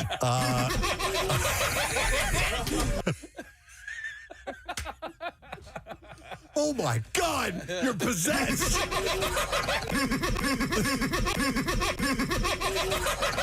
Oh, my God. Multiple laughters. And then we need the screaming orgasm guy on the other side of that. Oh, my God. Oh, it's too funny. So having sex can be weird. Wow,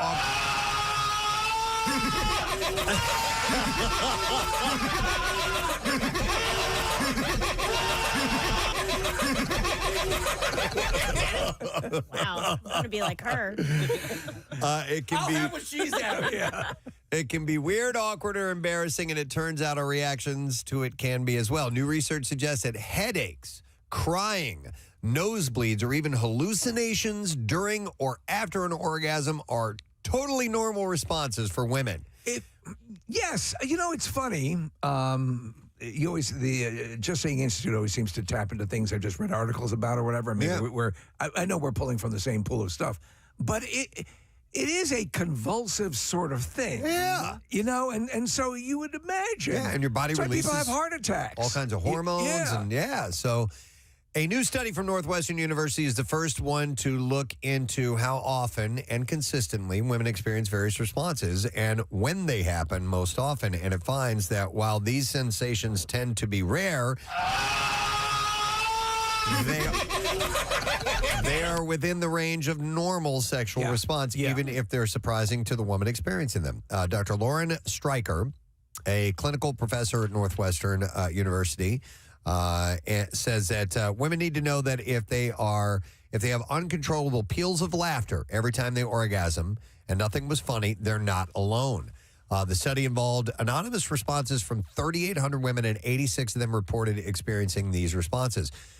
Overall, 61% had physical symptoms, 88% had emotional responses, and more than half felt more than one symptom. A third experienced a headache. Yeah. Almost a quarter had muscle weakness, and close to 20% reported foot pain or tingling. So if your nose started to bleed, would you think you were in the upside down at that point? Only 2% reported getting a nosebleed, by the way. Okay. So that was more on the rare I would side. think I had burst a blood vessel or something if that happened. Yeah. Laughter was fairly common, as 40% experienced it. Well, so something feels orgiastically good. That's why there's a correlation between tickle porn or tickle, that sort of thing, where people really want to be tickled into, submission. And 4% had hallucinations. I'm sorry. I was thinking about something. What? Remember the one time we all made our orgasm faces here? I forget. There's a video. There's a Daily Rush video somewhere, Steve, and I think it might be a screen cap of you, and you're just like, this is grimace. I would never want to see my face. How about that, man? Would you? The next time you're taking care of yourself, have your phone nearby. I'll stream it live. Take a quick video. Marissa's got the it's on our YouTube page. It's Daily Rush. It's an old videos from 12 years ago. Man, I think I had purposely paid attention to when I was taking care of my own business as to what my face contorted into. I didn't look at myself while I was doing that, but anyhow, try that out at home today. The most common response, though, from the women that were surveyed about this was crying, actually. 63% said that they had, and another 43% say that they felt the urge to do so. A flood of emotion, hormones. Yeah. There's a happy Marissa, cry. Not to get very personal, but have you ever had any of these? Any odd reaction? Dad, stop listening now. No. But I have had a partner that did. Oh, really? Yeah, I was with somebody who cried. Really? Yeah, it was weird. Wow. Yeah. Like often or just one time? Every time. Every time. Whoa. Wow. Yeah. No it wasn't like a sob, but it was like it was a whimper because it was probably like holding back from trying not to cry. Okay, question. Did you ever talk to him about it or ask him? No, it wasn't the type of relationship that I needed to. All right. I just can laugh about it on the radio so many years later. No, I was just wondering if you got any insights from him about that. It wasn't. That's interesting. I didn't need to talk to him that much. Okay. All right. Gotcha. That's why you're married to someone else, right? Yeah, exactly. Only 17 of those who reported having any of these experienced them consistently, and 69% had them sometimes. So if you have a weird reaction like that, it's not necessarily, out of the ordinary, and just be aware. What if you involuntarily evacuate your bowels? You mean that doesn't happen to you guys too? That's how I got that face. Let's talk. All right, we'll go somewhere else. Now, Marissa can relate to this. It's something called time blindness. Very. Russell Barkley, a retired clinical psychologist at the University of Massachusetts, is often credited with linking time impairment with people with ADHD or autism. In 1997, he called it temporal myopia.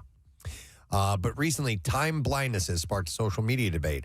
Where is the line between a genuine condition and someone who is disorganized or just plain rude? Yeah, a lot of people use it, and everyone wants to jump on the latest syndrome and stuff and say that's why I'm late for work all the time is because I have this.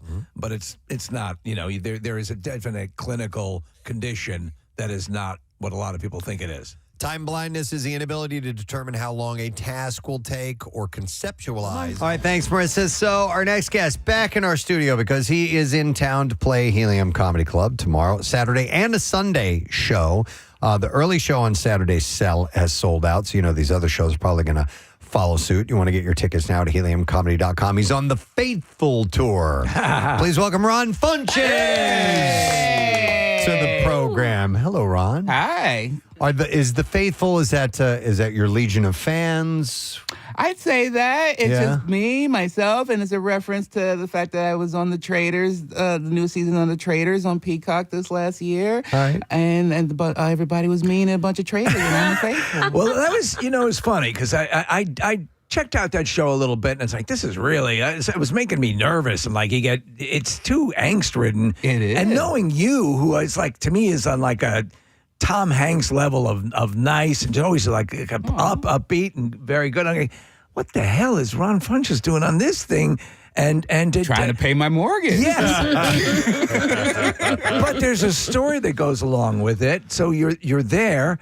And it led to a realization about yourself, correct? Explain what happened. Well, I went there and I was like, okay, I'm going to be very honest and kind and follow these rules and be sweet to people. And then everybody was kind of mean. And then I watched the show back and everybody was like, oh, we think this guy's autistic. And I was like, I don't know about that. Right. But then everybody started saying it. So I was like, I should at least check in on that. And you have an autistic son. I have an autistic son. I've been in the community for over 20 years. Right. Yeah. And been an advocate and done charities and really worked vigorously. But it sort of provided you I was listening to an interview with you and you were talking about it. It provided you like a common ground. Like it's now you're not, I'm removed, but I'm going to help you. I'm in with the pool you. Yeah. I'm not just an ally. I'm in there. I'm not just the president. I'm a client. You like the company so much, you bought it. That's cool though, and it's funny because I think, and I was talking to my wife about this years ago. The phrase would be eccentric. Mm-hmm. That person's eccentric, not knowing, what we were actually dealing with. And so there are aspects to it that are I think that probably drive your comedy. This thing that you have, and that in a way. So, as you were dealing with it, did you find you were able to bond more with your son? Yeah. Well, I tried. Didn't quite go well, did it? Yeah, I told him, I was like, hey, guess what? Daddy's autistic too. And he was like, yeah, duh. You just realized? Yeah, he was not surprised. But for me, it's just giving me, I felt like before I was trying to force myself into a suit that was 2 sizes too small, trying to fit in or trying to do things that other people felt were more typical. And now I'm just like, okay, if the only show I want to watch is just 2000s wrestling for the rest of my life, that's fine. You were talking about your son, like he downloaded hours and hours of The Price is Right. Yes. Yeah, because he just became massively. He was just into just The Price loved is The Right. Price is Right. Yeah, there's something focus. wildly wonderful about that. Yeah, he learns a lot about it. He gets into it and becomes an expert of anything that he's interested in. I think the ability to hyper-focus, which I didn't know was what I was doing, has helped me be a better actor, helped me a better comedian, helped me memorize my lines better. Yeah. To be able to mask in situations, even though now I don't, sometimes I don't want to. That's been helpful in my career as well. So I turn these things that were detriments or can be considered detriments, and I use them in my business. So you're it's like a martial arts concept. Yeah. Using the other person's momentum to your benefit. Absolutely. By the way, side note, casting for The Price is Right is taking place next week here in Philadelphia. Next next Wednesday at Rivers Casino. You can go down and audition should you feel the need to do so. Listen, it's one of the classics. I want to host that show one day. Oh, really? You'd be a great host, great game show host. I 100% agree. Yeah. Well, we actually there's a guy we have a connection with. His name is Ben, and he is on the autism spectrum as well. And he was on The Price is Right, remember? Yeah, and he went on there and did really well and loved that experience. So, yeah. Why not? Yeah, a guy we work with down the hall was just on it, and his episode aired maybe a little less than a month ago. He won a car. He won a car. And then when they get to the showcase, the wheel thing. No, what? It's not a car. It's a new car. But unfortunately, the first guy who spun the wheel spun $1 exactly. So he didn't make it to the showcase showdown. But I would absolutely love to be. I would be terrible on the show. There's not one game I think that I would excel at, but. What would be your preference? What would be your game show preference to host? Really, The Price is Right. Price is Right? Okay, there you go. One of the goals of mine, or my own creation would be fun too, but like from Drew Carey, watching him on there, and just the history of that show, I've always been a big fan of that show. Yeah. Have you hosted any type of a game program before? I've hosted a couple cooking shows. Okay. I hosted a game show for a defunct network called Quibi. Yes.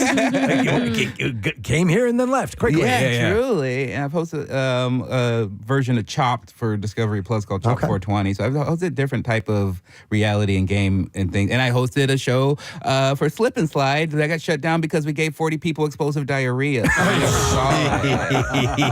But that's my kind of game show.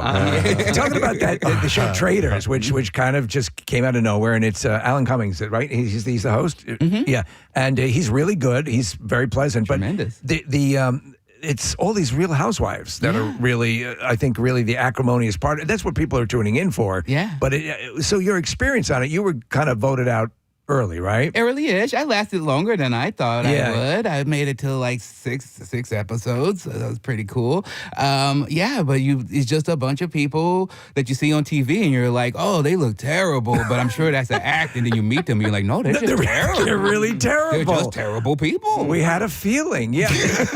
Well, the feeling is that you wouldn't get on a show like that unless you were. I mean, I know there's a whole bunch of it is so performative, but I think also, if you don't have a problem being depicted like a prick, then that says something about you, you know? Truly. Yeah. Did you have any friends on the show? Like Tara Lipinski and Johnny Weir were on your season? Yeah, I like Tara, I like Johnny. They're good people. I like Rob, who won. He's been the coolest, and we did a commercial together, so I love him because I got more money. There you go. You were also on the game show, Are You Smarter Than a Celebrity? Yeah. And with Travis Kelce was and the Donna, host. and then his mom was on the Traders, and she was so lovely. Yeah. I didn't get my wedding invite. I understand it was a small venue, Madison Square Garden. There wasn't enough seats. Did you feel slighted? Not until I saw that it was in Madison Square Garden. And then I was like, oh, come on. There's plenty of room. I mean, Preston was saying this morning that Eric Stone Street got an invitation. Yeah, it was. Why not you? Yeah. That's insane. Let me in. Was Travis cool? You were relaying a story about getting invited to a Chiefs game, and it was it's kind of a pleasant experience. Oh, truly. Yeah, it's nice. You never know what, especially sometimes you see the people on TV and or sports stars in general, and you're like, oh, they're probably egotistical. And Travis was such the coolest, nicest guy, easy to work with, was very excited and focused about trying to be a host. And then by being friends with him and just working with him, he invited me and my whole group of friends and the people who opened with me to the Chiefs game over Thanksgiving last year, and is one of my son's favorite memories. Ended up being a lock screen on his phone for a while. So that's awesome. I very much appreciate that. It's interesting because I think you're kind of the way we are. We would get, it's like, if there's anything that we an industry thing that we end up going to, it's like we feel like the outcast a little bit. And are we supposed to be here? I think you're probably an introvert and an extrovert at the same time, So do you, when there's a social event, like you did the Netflix festival, and LA is basically overrun with comedians and all this stuff, do you feel part of the collective, or do you feel like an outsider looking in?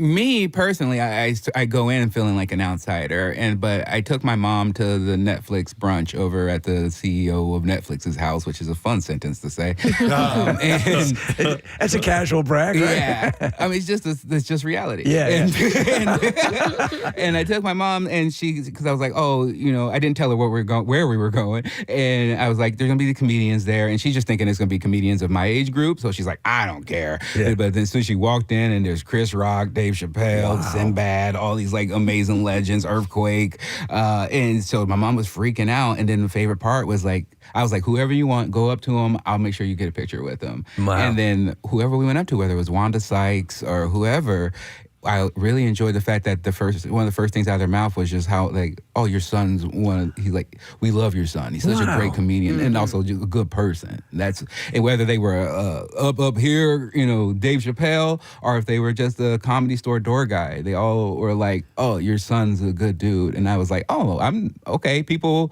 like me more than I think sometimes. Oh, that's great. Did your mom hit it off with anybody? Like get into a few, good conversations that were mostly like Wanda Sykes and Lunel. Lunel's great. Yeah, Caroline Ray. She's a big fan of Caroline Ray. Yeah. And then she just mugged and tried to sexually harass Kevin Hart. That she wanted to hug him to her bosom. Is your mom funny? Oh yeah. Is that where you get it from? Yeah, definitely. Yeah. For sure. She's very, very funny. And then a servant of people, which is I think something I try to do as well. She was worked for the Salvation Army and then as a nurse, a prison nurse for a while. So. It's funny because you think of we were talking about being nice and having the nice reputation and so on and so forth. And in entertainment, it can be kind of cutthroat. I mean, have you had some situations where you thought, this is it, I got to get out of this. These aren't my people. Yeah, the Traitors. Just recently, the Traitors. I was like, okay, I got close enough. You guys, some people, I like just doing art and stuff. You guys just want to be famous. That's different worlds, and you can have this. I don't need to be over there. And it's been a beautiful life. I think that's one of the best life lessons. Not only has it given me a lot of fans, I got off the plane here today, and as soon as I got off the plane, one of the people who were working in the airport saw me, and she gasped. And I was like, that wasn't happening before the Traitors. So I'm very appreciative of that. But it's let me focus on like, I like to act. I like to do stand up, but like reality just isn't my world. Voiceover work, the whole thing. I love that. I love that distinction. There's people who want to do something that's sort of artistic and create something that people just want to be famous. Yeah. And and right now it seems a lot of the shows are favoring the people who just want to be famous. Yeah. Because they're willing to do anything. Not only are they willing to do anything, so they seem wild, they're also more controllable. Yeah. They're willing to listen because they don't have anything. They don't have skills, so they can't go like, oh, I'll just go do something else. They can't go, oh, I'll just go do stand up. They go like, oh, if you want me to do this and you're mad at me, okay, because I need this job. Right. Before we came on, Casey brought up the wrestling, and and observed you're a big wrestling fan. You're in Philly, which is a huge wrestling town. You lost a lot of weight a number of years ago, but you actually went to like a wrestling academy? Yeah. In California, there's a place called Santino Brothers, which is a well-known academy out there. And I trained, and then I also trained under the Shane Haste, who is a wrestler in New Japan Pro Wrestler, and also in the WWE, he was known as Slapjack. And you had ring time. Yeah. How was that? It was so fun. It taught me a lot about acting in my stand-up, because prior to then, I think I was more of a people pleaser, and I wrote more to like have people agree to me or not be mad at me. And when I was wrestling, a lot of people were mad at me because I'm a comedian coming into their space. And you were a pretender in their eyes. Exactly. And I learned to like be okay and to like people being mad at me. If you were to pursue it as a full career, I mean, I would be foolish. Hypothetical. Foolish. We'll agree to that. But what persona would you be, a villain or would you be a hero? Oh, I'd be a villain for sure. Really? Yeah, just going around poking people in the eyes, throwing salt in their face. That'd be like a real 80s hill. Yeah. All right, so 80s, 90s, or the 2000s, do you prefer? I mean, I find great, like just like comedy, there's good stuff of all the types, but I find myself going back and watching mostly like early 2000s, a little bit after the Attitude Era, stuff like that. I mean, I watch a lot of documentaries about wrestling now, like the Jeff Jarrett. There's some great stuff coming out. Some really wild stuff. We are big fans of the movie The Wrestler, the Mickey Rourke. Yeah. I mean, that it shows the darker side, but it still shows It shows, even at a backyard level or the different levels, and we've had everything in this area from all types of different academies and stuff like that. There's just something that is so purely showbiz about it, and the passion of it. And I'm always from doing comedy to my life, I just am a big believer and a fan of certain things where either you get it or you don't. Yeah. And for the people who get it, there's such a beautiful world of wrestling. And for the other people, they just go, oh, that's fake. And then you go like, okay, well, it's not for you. Yeah, totally. Then it's like we've talked about the people who like, magicians will perform. That's not real. Yeah, of course. You're missing the point. Yeah. The fact that they can make it appear real is the magic. Exactly. Yeah. You're also a big video gamer, so I have to ask: did you indulge in any of the wrestling video games? Oh, of course. Yeah, From way back to the current days. Yeah, WCW, NWO, Revenge. I was a big fan of. I love wrestling. They games. were huge. They were so huge. Yeah. I wish there were more like that now. But I'm a big gamer. Have been. It was one of the things that my son and I really bond over. He's coming here tomorrow. Great. And we usually will find like a nice local retro game store to go to together. You got a ton here. Oh, Yeah. Steve had sent me a few weeks back the trailer for the new Wolverine game. I don't know if you've seen that or not. Wow. Yeah. I mean, bloody. Yeah. I'm looking forward to it. Oh, it looks really good. I'm excited. I've seen a few of your lists pop up. You have a very cultivated taste about your favorite games. And you mentioned a game that I was not aware of. Hades? Is that the name of it? And you called that Game of the Year the year it came out. Yeah, of course. It was. Yeah. Yes. Is it about hell? It's about hell. It's okay. like just a roguelike action game where you play a son of Hades and you gotta go back out and try to kill your dad. It's a tale as old as time. Who can't relate? It's a family game. So what? All right, I'll ask you the impossible. Top 3 games. Oh. I mean, come off the top of my head, Super Mario Brothers 3, just a classic game for me. You can turn into a statue, you can fly, you can do a bunch of stuff. Marvel vs. Capcom 2 is a game that just personally means a lot to me. It's a fun one. When I was open micing, first starting in comedy, I would waste time by going to this local arcade called Ground Control, and that was like one of the few games I knew I could beat, and so I would spend my like little quarters there because I would usually have like only $5 on me. And I will say Portal 2. Portal's a great. Wow. They're making a movie out of that. I didn't know that. It's a start kind of thing, and I don't know what the status of it is now. And the movie Backrooms kind of reminds me visually of the way the Portal stuff looks. So, I read what is it? Call of Duty: Modern Warfare was another big favorite of you. Do you like the Preston's current favorite Sniper? Sniper Elite Resistance. Oh, yeah. Yeah, I've played all the Sniper bloody. Elite. Oh, wow, you're a psycho. I know, dude. I know. And you like the up-close X-ray brains popping out. Exploding brains, or you get a good testicle shot. That's a good one, too. I play it over and over, Ron. I don't get tired of it. I mean, you're killing Nazis. Come on. You can kill Nazis. That's why Wolfenstein, those games are so great. Oh, those are classics. Those are terrific. Yeah. Give me any type of game where you do that. You in Red Dead 2 and you're killing clan members. Oh, yeah. You have license to do it. Have you ever been consulted on a game or had the desire to create a game? I would love to do voice work in a game. I would be a character in a game when I was a kid. Like a lot of comedians were doing stuff like that. I remember Dana Gould being this lizard called Gex, which was always really cool to me. And so I would love to be a voice in a game. That'd be really cool. What kind would you design? Would it be an RPG? Would it be a... hopefully like X-rated sex game. You take out specific parts of Grand Theft Auto. Yeah. Hey, let me ask you a question, Ron, about doing the voiceover work, because you were in Trolls and Inside Out 2 and a bunch of other things. How do you go about getting work like that? Or do you have an agent actively trying to send your stuff out to people, or do people contact you and say, hey, we'd like you to be in this movie? This is one of the questions I get the most, because a lot of people love voice acting, and if they have unique voices, they want to do it. For me, I'm a rare case. For a lot of people, like, you have to build reels and build a library and then submit it and have people learn. Because I was doing stand-up and people could hear my voice, like there were people who came out from Disney or other places who came to some of my shows and they would hear my voice, and then they just kind of have a catalog of characters that they think you might be able to fit. And then once after I got my first role, then they knew my voice, and it just kind of whenever they're like, you might be good for this, they kind of send me out for this. But it was mostly them coming to me, not me like searching it out. That's great. Yeah. Yeah.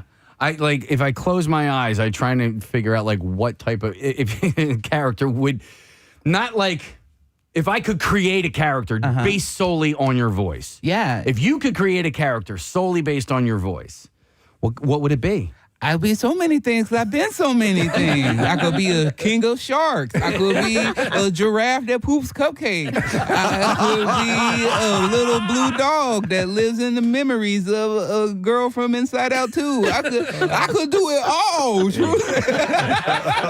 Well, you mentioned that sex game you were talking about. Oh, yeah. And then drop into a deeper tone. I want to see a giraffe that poops cupcakes. That's what I want to see. That's good stuff. So I have to ask this because it popped up in some of the information about you, and I think this is kind of cool.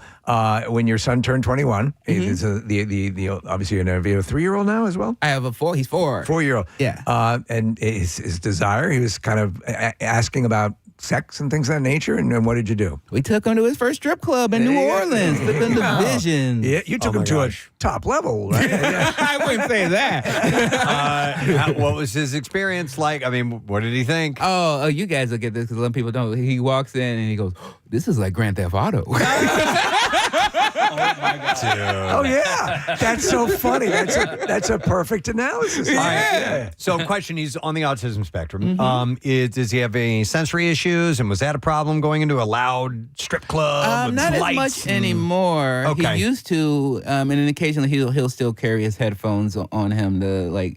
Just keep to mute it, yeah. Yeah, but he used to have seizures and things like that based off that. But now he's kind of grown out of it a bit. So he didn't have a problem with it. And then it was dark and chill. And I took him at a Thursday at 8 p.m. because I was like... Okay, so he was a little bit more quiet. Exactly. Yeah, so there you go. Yeah, I mean, there you go. It's kind of a wild thing. You have between that age gap, so 4 and 21? 4 and 23. 4 and 23. Yeah. So how do you slalom that? I let the 23-year-old watch the 4-year-old. And take a nap. Yes. Built-in babysitter. Brilliant. That's how you have to stay. That's right. Spacing decades apart, and you got your built-in babysitter. Exactly. Yeah, space my child support apart, too.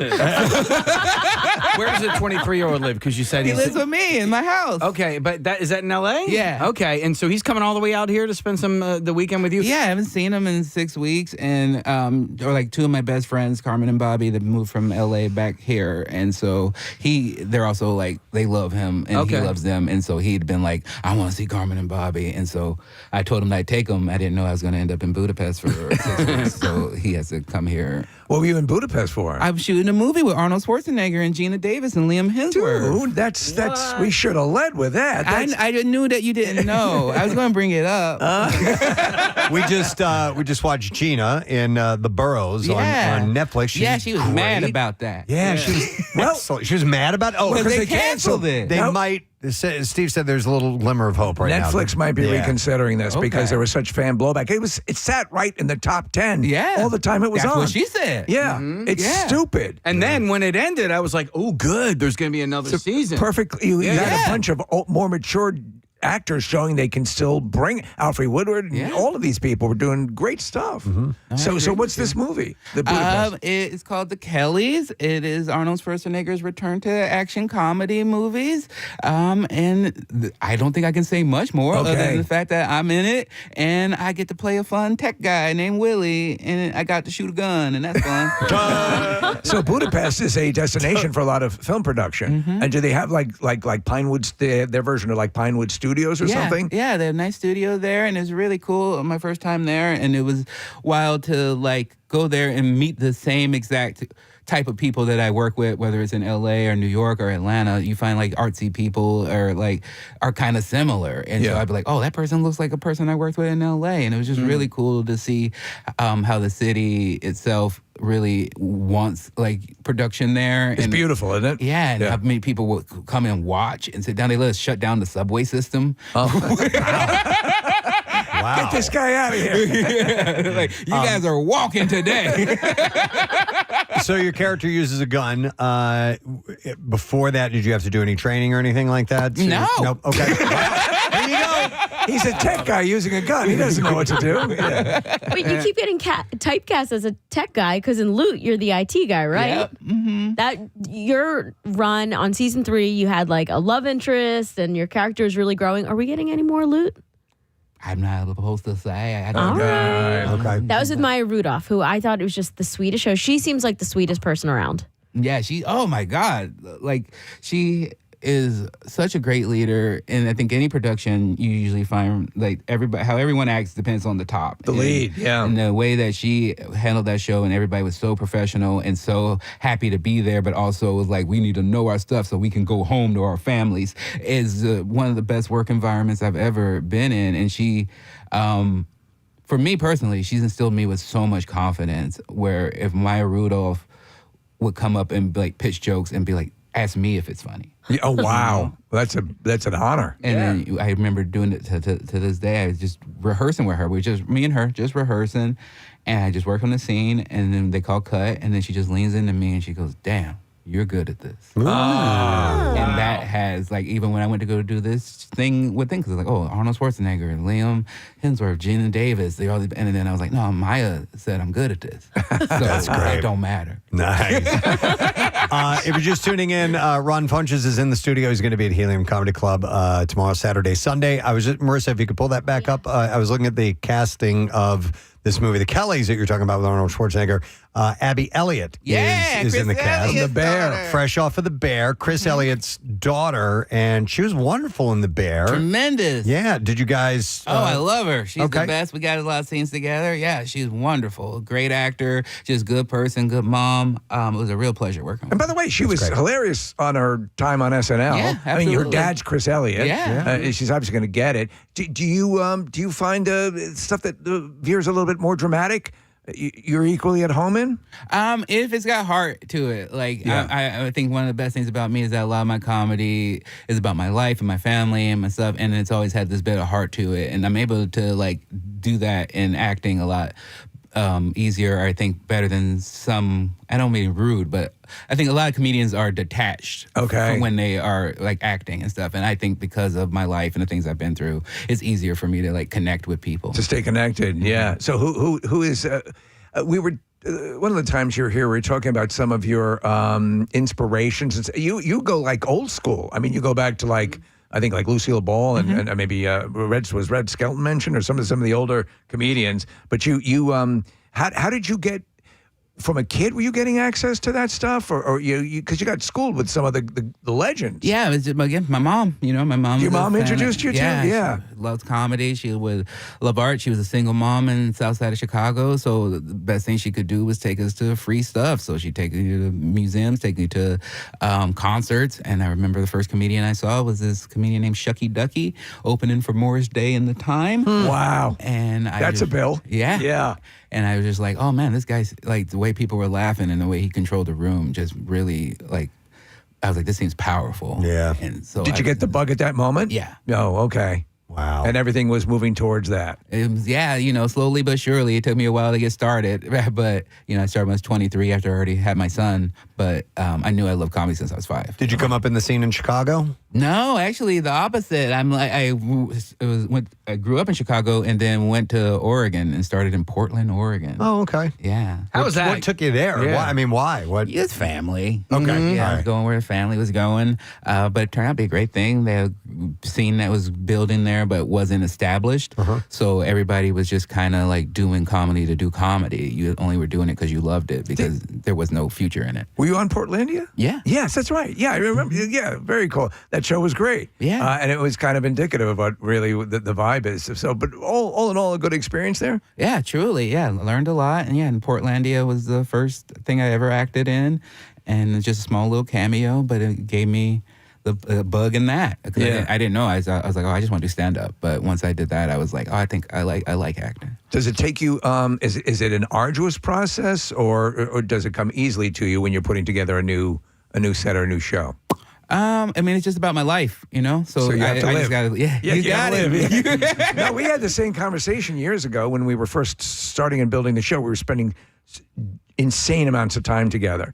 And it's like you had nothing to talk about life because you weren't living a life. You were not, you needed the separation to go experience things. Yeah. And so that helped us dramatically, because if all you're doing is that, you don't have those experiences. Self-referential. Yeah. Eating itself. Yeah. No, I have to travel. I like to live life, and then that leads to me writing. Anything I get embarrassed about, anything that bothers me. So it being about your life, your shows that you do, we do the show every day, and we've been doing it for 28 years, and there are times though where it's like, there's nothing going on in my life right now. Like, I can't think of anything. Yeah. Like, does the same happen to you where you hit these like dips of like, there's nothing really going on right now? Yeah, no, the dips of inspiration that happen, and then you just kind of like focus on discipline and keep getting up. Like, I went through a divorce the last few years, and there was a couple, I would say a good 2 years, where I was like, I don't think anything's funny. Yeah. Nothing is funny. I don't find anything interesting, but I just kept going up. Well, when something personal like that happens to you, are you asked to, can you not talk about this? Like this is, like when it involves somebody other Someone than in your life. Somebody in your life that it's like, oh, this is my business too. And I would prefer that it not be Well, that was one of the reasons for the divorce, because I was like, you met me knowing this is Oh, really? And So now you're trying to tell me what I can and can't talk about. Wow. Right? Okay. Yeah. Yeah, it's not for everybody. No. Being in a relationship with a performer who is an open book and sharing their life. Well, yeah, and also, I lead with love. It's not like I was like, oh, my wife sucks, but I can't write and be going like, oh, she might not like this. Yeah. No, You're can't such have a that nice holding guy, back. though, and I take this as a compliment. I would think I would enjoy getting divorced from you. It would definitely help you financially. But I've gotten in trouble for things I've talked about on this show, and I will, before we go on the air, sometimes it'd be like, don't, for my wife, or do not talk about this on the air. And I recall early on in our days, I recounted a story from my earlier life prior to radio. It was a funny story. I didn't indicate, the story wasn't about me. It was just something that I knew, that I had witnessed. And I didn't indicate how I knew these people, where I knew them from, but it was an embarrassing story on them. And boy, did I got in trouble, man. Yeah, that happens. Yeah, family stuff that's happened with me before. Yeah, for sure. Yeah, I had my whole dad side of my family was mad at me for a year. Wow.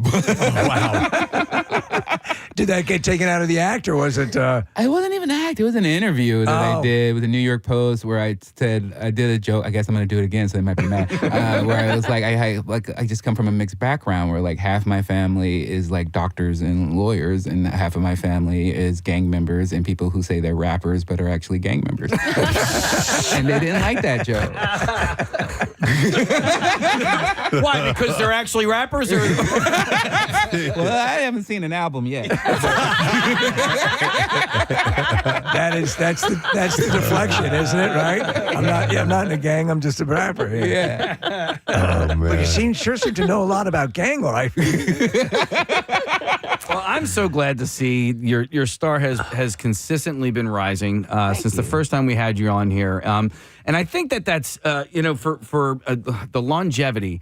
I think your trajectory has been like just really, really good and solid. You know what I mean? And so I don't remember the last time we had you in here, but I consistently see your work getting better and your profile raising. Thank you. That's really my focus, is just to get better at my craft. I grew up watching martial art movies and stuff like that. And there's this gun, Ip Man, where he was like, okay, great. Ip Man. Yeah, where he didn't even want to compete, right? No. He just wanted to get better. Yeah. And I watched that movie and was like, that's like, to me, that's... There's a series of movies, so what do you think? Okay, I have to ask you this, because that martial arts movies were my thing forever.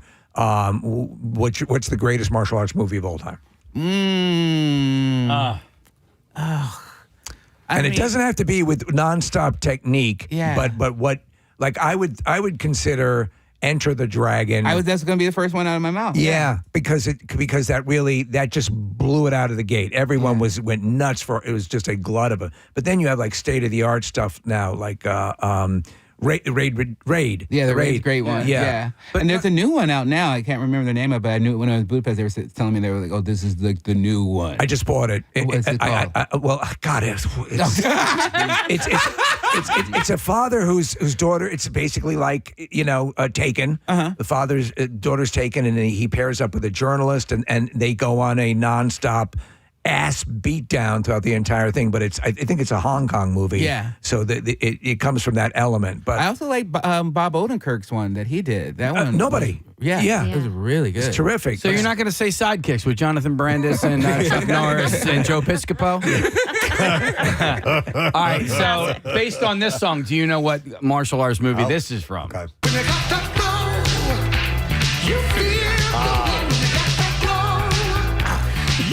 I know the song, but I can't remember the movie. It's The Last Dragon. Last Dragon.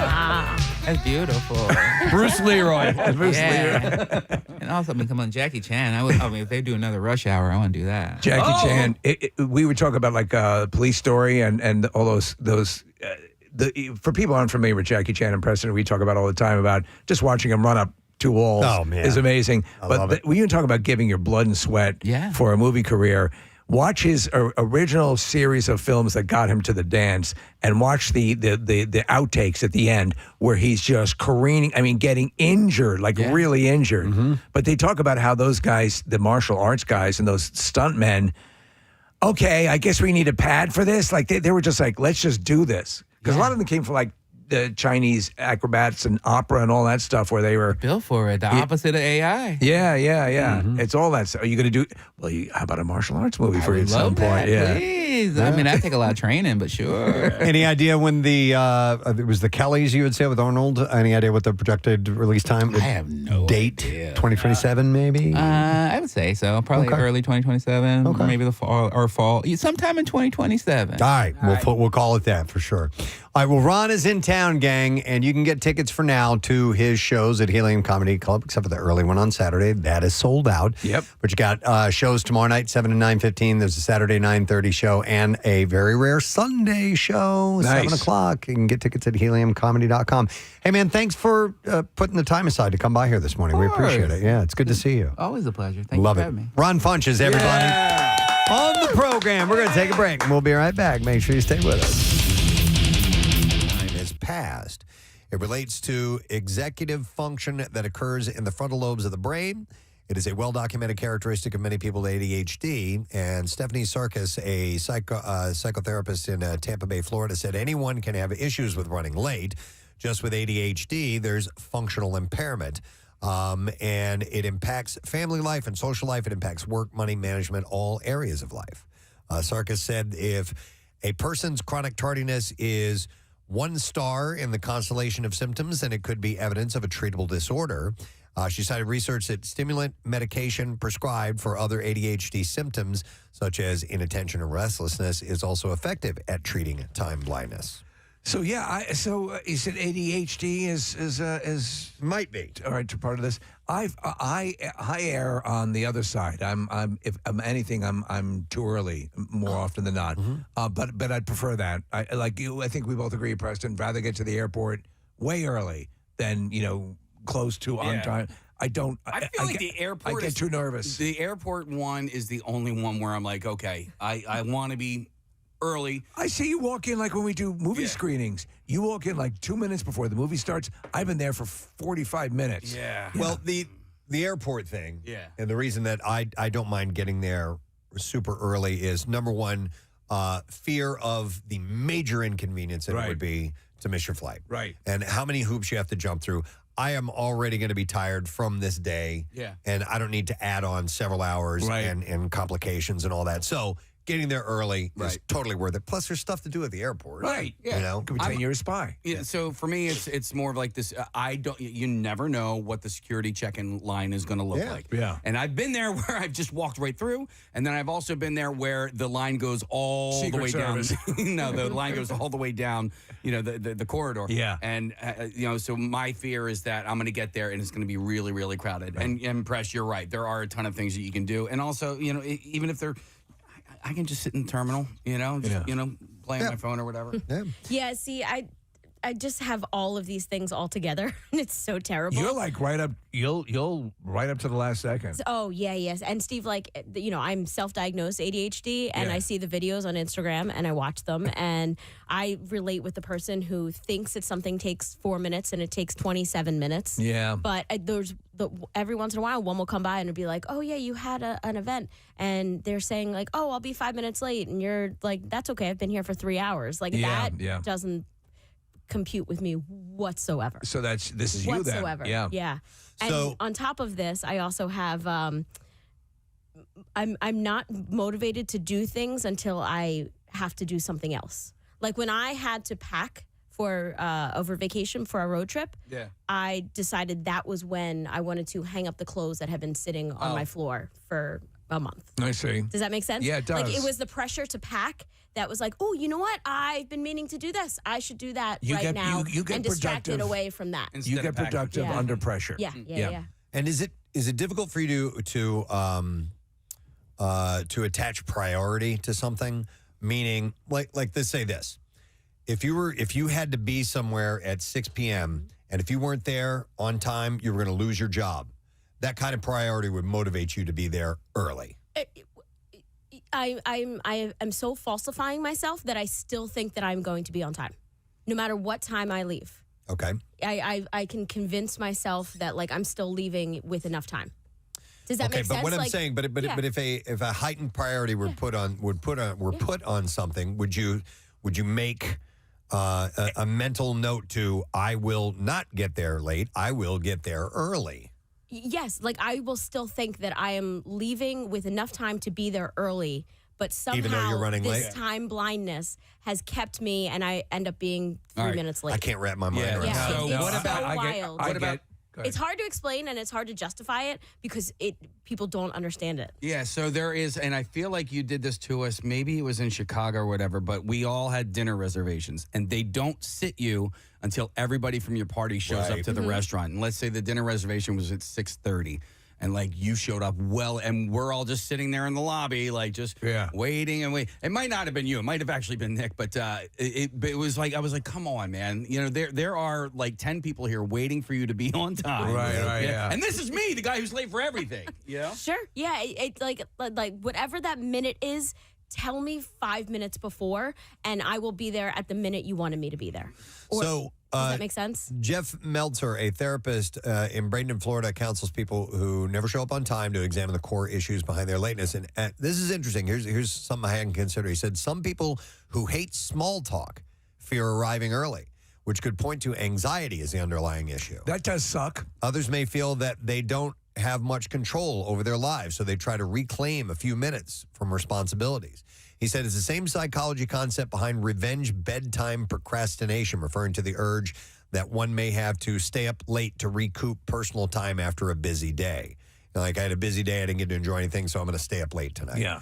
So in those cases, one tool is to create a small, what he calls a coping card to refer to regularly. And he said, after determining a reason for chronic lateness, take an index card and write down a reframed thought about that reason and a consequence of being late. For instance, on one side, write, attending this meeting doesn't mean that I lose my freedom. And on the other side, write, being late again will upset people at work. Yeah, that ain't gonna work. Ain't gonna happen. No. You're gonna put off doing that. Yep. Meltzer said the hardest reason to change the habit would be something that early arrivers often attribute to latecomers, a sense of entitlement. People who feel that their time is more important than others' time may give themselves permission to be late. You know what makes me feel a little bit uneasy is when we have a guest show up way early. And I know that there are certain guests that like, Mark Summers is an early guy. Right. I think Todd Glass is an early, and that's just who they are. They don't like to be late. Yeah. So let's say we tell them to be here at 8, to be on air at 8:15, and then they show up at 7:30. That makes me feel uneasy because now they're just waiting for 40, and I don't want them waiting for 45 minutes. I'd rather them wait for, I'll tell you, as someone who does arrive early, I never feel that the onus is on the person who's the event I'm going to, that they have to entertain me or. Yeah. I think most early arrivers don't either. So I think you just know that they made that choice. Okay. And they're good with it. Yeah. So it should be cool. Except Mark Summers, who called you a prick. The list of things that you're describing there, Preston, I feel like don't describe me. I'm so apologetic for all of it. And there's no entitlement about it whatsoever. I just feel like I could be more productive in that time than waiting for what was going on. Okay. And that's what I convinced myself. That if you get there early, there's something else I could have been doing that was productive. And are you indeed doing productive things Usually. that make you run late? Yeah, I'm doing the thing that Shadow I puppets. wanted to do a week ago. Right. But I'm motivated to do it right now. All right, so this is interesting. Particularly helpful, he says, has been making a list of how long things take. Getting out the door in the morning felt like it took 20 minutes until this therapist, Levat, listed every step from bed to door. So he actually timed it out. Walk down the stairs, 1 minute. Find shoes, 1 minute. And he said, I had a list that was a whole page long of literally walking between rooms, and learned that it took 45 minutes, not 20 minutes. Right. So if you More than actually twice. do a one-time test of how long things take, might give you a clearer picture. I get that. Yeah. All right. Well, anyhow, what are you laughing at? I'm laughing. I'm laughing at these texts that came in Oh, that okay. are saying they're associating with me. Okay. Gotcha. All right. So I'm anyhow, surprised they got the time to do that. I like Marissa. We need T-shirts. It's real. It's hard to figure out. Or I thought Marissa was describing me. So I feel you guys who are out there. all right, we're moving on to another story. As scientific advancements go, this is really unusual. A growing number of people are getting Brazilian butt lifts and breast enhancements using fat from donated human cadavers. So there's something wildly ghoulish about that. The product called Franken-ass. Aloe Clay is made from sterile fat that goes through a cleaning process to remove DNA and other materials that could cause Like to donate your loved one to go into someone else's ass? it could cause a bad reaction. It is meant for patients who are too thin to use their own fat. Yeah. Or who have already had liposuction. This doesn't bother me. I think it's just weird saying that, but I mean, you get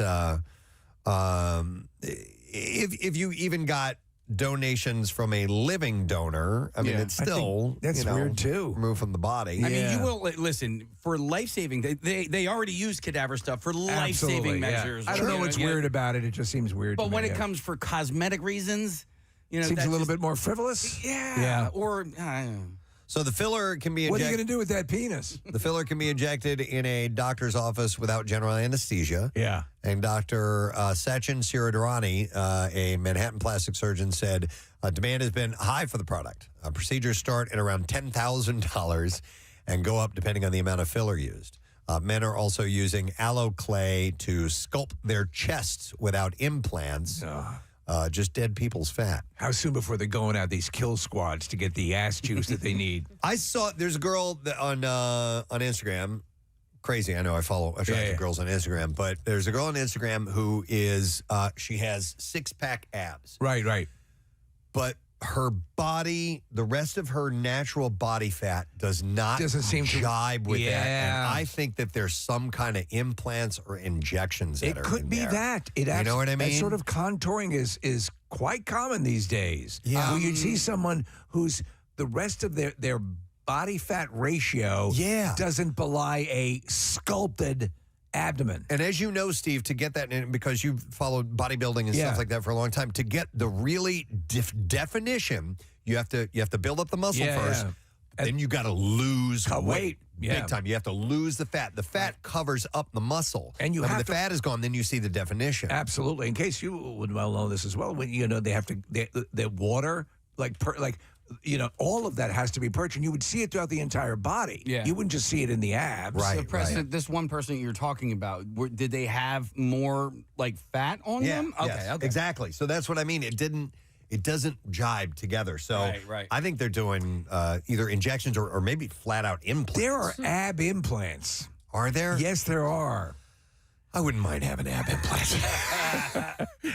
I mean, once in my life, I'd like to have. I took a real shot at it, man. I worked really, really hard for. You got it. Kind of, It's a sort mother of, effort. but it was so. I had to give up. I was trying too hard, and I injured myself a couple times. I'm like, I can't do this. Get him on your back. See how you like it?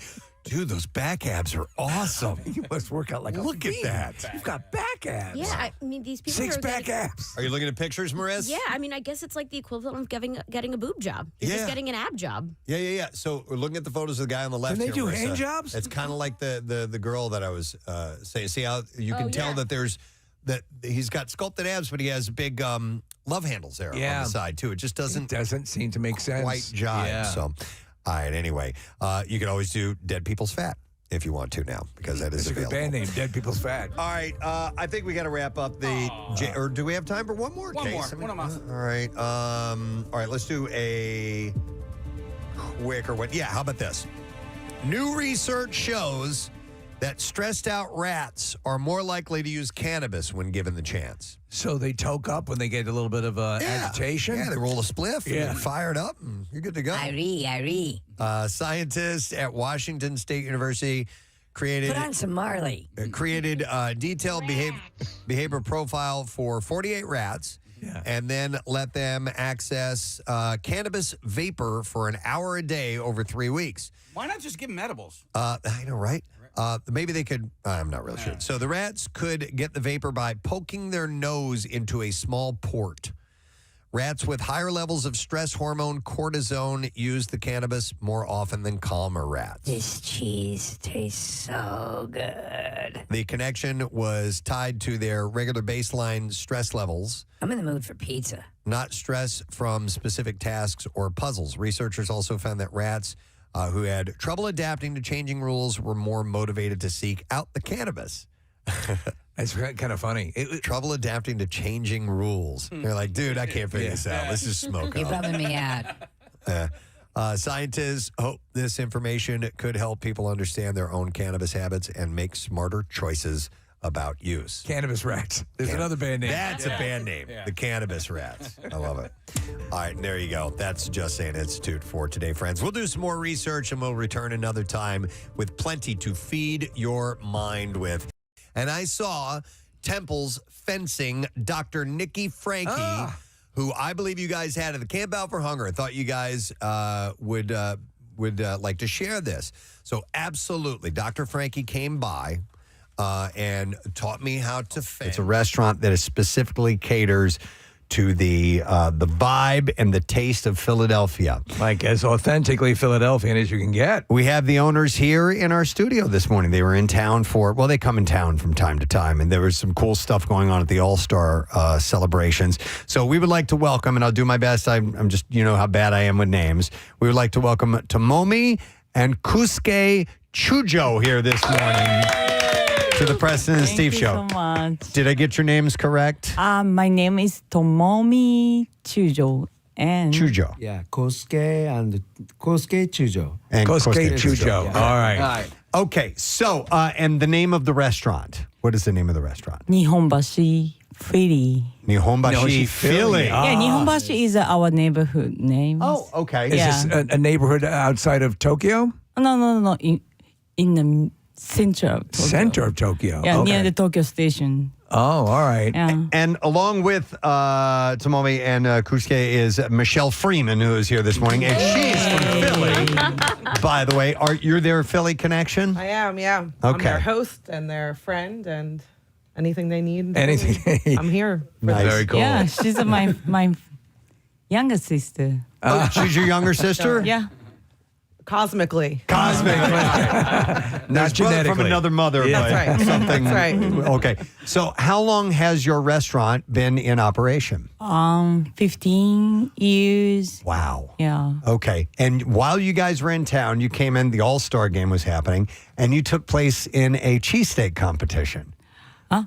Tell us about that. About the cheesesteak competition? Yeah, the All-Star Village Cheesesteak Championship. Yeah. And you guys won that. How about that? First of all, I have to say thank you for give the great opportunity to, attend the competition.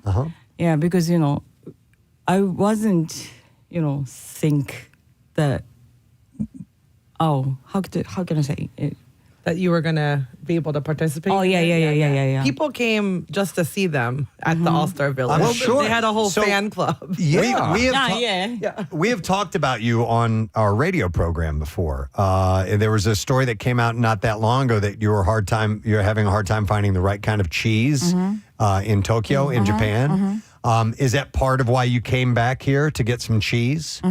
It is. The fridge is full of Cooper Sharp. Yeah. Okay. I've heard that you guys have started to make your own cheese whiz. Yeah. Is that correct? Yeah, correct. So you and Kosuke, is it pronounced? So you guys really embraced the notion of the cheesesteak. I think Kosuke, it was an Italian restaurant before, different cuisine, and then but you did your research, like Geno's and Pat's and amounts, and apparently you were traveling with like a scale to weigh things. Yes, exactly. And but you listen, whatever you did, you won this competition. Yeah. So, but it's not only the food. Your establishment in Japan, because you're wearing all Phillies gear right here. Yeah. You guys embrace the Eagles, Yep. and there's apparently like septum maps and things all over the place. Oh, today my clip is the bag. She's got a clip for her hair, and it's a septibus. That's great. So what started the first? Kosuke, the word is that you were a big fan of Philadelphia music, and what artists do you like? What artists do you appreciate?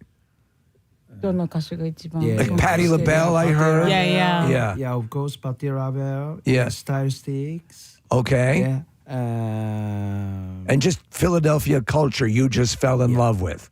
How did you get exposed to it? His mother. Yeah. His mother loves music and like art or something like that. Right. And then his mother always listened American song, and then he met. Yeah, in a song, Philly Soul. Wow. So Philly Soul, and you were off and running, and so you started to love everything. That's so cool. That's great. Yeah, at the moment, there's no internet, right? Yeah. And then he went to the library and checking. He really want to know the background of the music, and then he went to the museum. Oh no. Library and then checking about the history of the Philadelphia. Wow. And then he found some similarity between Nihonbashi and Philly. So, maybe you saw what is the similarity? Maybe, yeah. I'm gonna explain. No, I got it. Yeah. About century, everything's the things starting from Nihonbashi, first post office, first road, first bank. First station, everything starting from Nihonbashi to all Japan. Yeah. And then so he saw, Philadelphia also first print station, first post office. So everything starting from here, right? And then so he thought, Nihonbashi is a Philly. Okay. So he saw a similarity between your town and Philadelphia. Yes. Oh, that's wild. Yeah. Wow. That's why he chose the name of, Yeah. Isn't that wild? Okay, so that's a great idea, but it is a restaurant business, and I know in America the restaurant business is very difficult. It's very hard to keep and run a successful restaurant. When you're taking on American food in Tokyo, is that hard to do? Is there much of a customer base for American food in Tokyo? So Japanese loves America very much. Yeah. Okay. Japanese people really loves, but they don't know about Philly that much. Okay. Yeah, and then so tourists say it's really hard to to Japanese customer, but now have to say the Philadelphian people coming to Japan. They're helping us. Tourists, not tourists. Philadelphian friends. Okay. Yeah. So other Philadelphians coming there. That can happen. There is in every location. A lot of times there's a couple of Philly-based In fact, there's one in England that's very well known, and it's for transplants. It's for people who are traveling and they find kind of a home there. And so you guys have very actively looked to put this as much Philly into this as possible. In fact, I was reading an anecdote that apparently. You were doing the Eagles chant so loud that the police came. Every time. Somebody even climbed the pole outside of their restaurant when they won the Super Bowl. Oh, that's They climbed the wild. pole. Yeah. That's awesome. And we heard that you turned away Chiefs fans. You had a quiz, Tomomi. You quizzed people. Yeah, I know. To make sure they were fans? Yeah. Really? That is great. So we have to checking, one of each person is a, Eagles fan or not. Yeah, sometimes, wearing an Eagles gear, but, inside is not Philadelphia. Yeah, we have to check. So you guys have become a hub to watch the games. I mean, how large is your restaurant? How small? Our restaurant is half of this size. It's half the size of our And then studio. Wow. 100, maybe 120 or more people come. That's still good. That's still that's good. Start, right? You play the games when they are here, so 3 a.m., 2 Yeah, a.m., 3 4 a.m. a.m. I was gonna say, In yeah, real yeah. time. Live. Live. In the morning, yeah. It's up on the screen here in the studio. Wow. It looks like a nice place. Yeah. It's This small, is though. first floor. We also have a second floor. Oh, a second floor. Yeah, it's much bigger, but it's tiny, still tiny place. Only Philadelphians can sign the wall. Okay. So question for you. When do you go home, and do you have enough room in your luggage for us to give you some stuff to take back to your restaurant? Yeah, of course. Yeah? All right, well, hang on a second. Oh my gosh! Thank you so much. Oh, yeah. No way! Oh my god! Casey's bringing a mural of the Super Bowl team. Oh my gosh! It's a cute. And so we're going to give that to them, and they can hang that up in the restaurant. And we're giving them a bunch of WMMR tchotchkes. Yeah. Look at that.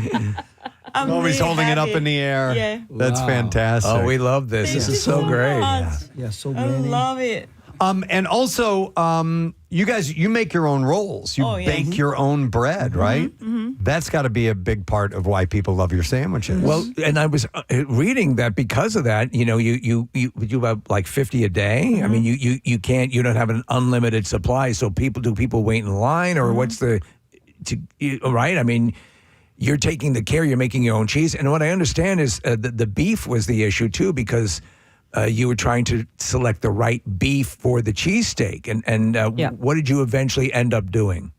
So the bread I'm making. Yes. And then from the scratch. Right. And now, so as you can see, my restaurant is super tiny. Yeah. So I made a, basement, and I made it, make my own Station. Yeah, station. And then, so it's a limited.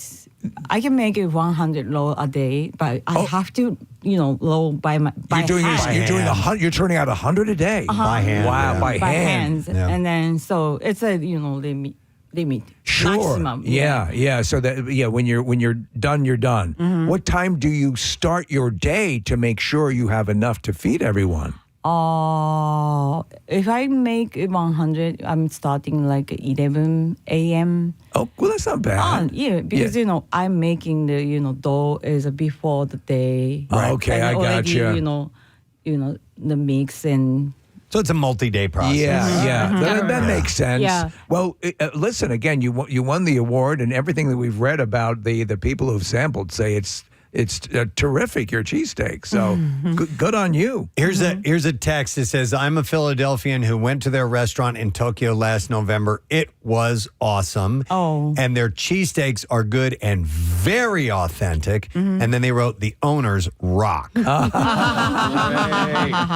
As well. So It was a journey to get to an authentic cheesesteak, though, correct? Like when you guys first made them, you were just making it by a photo.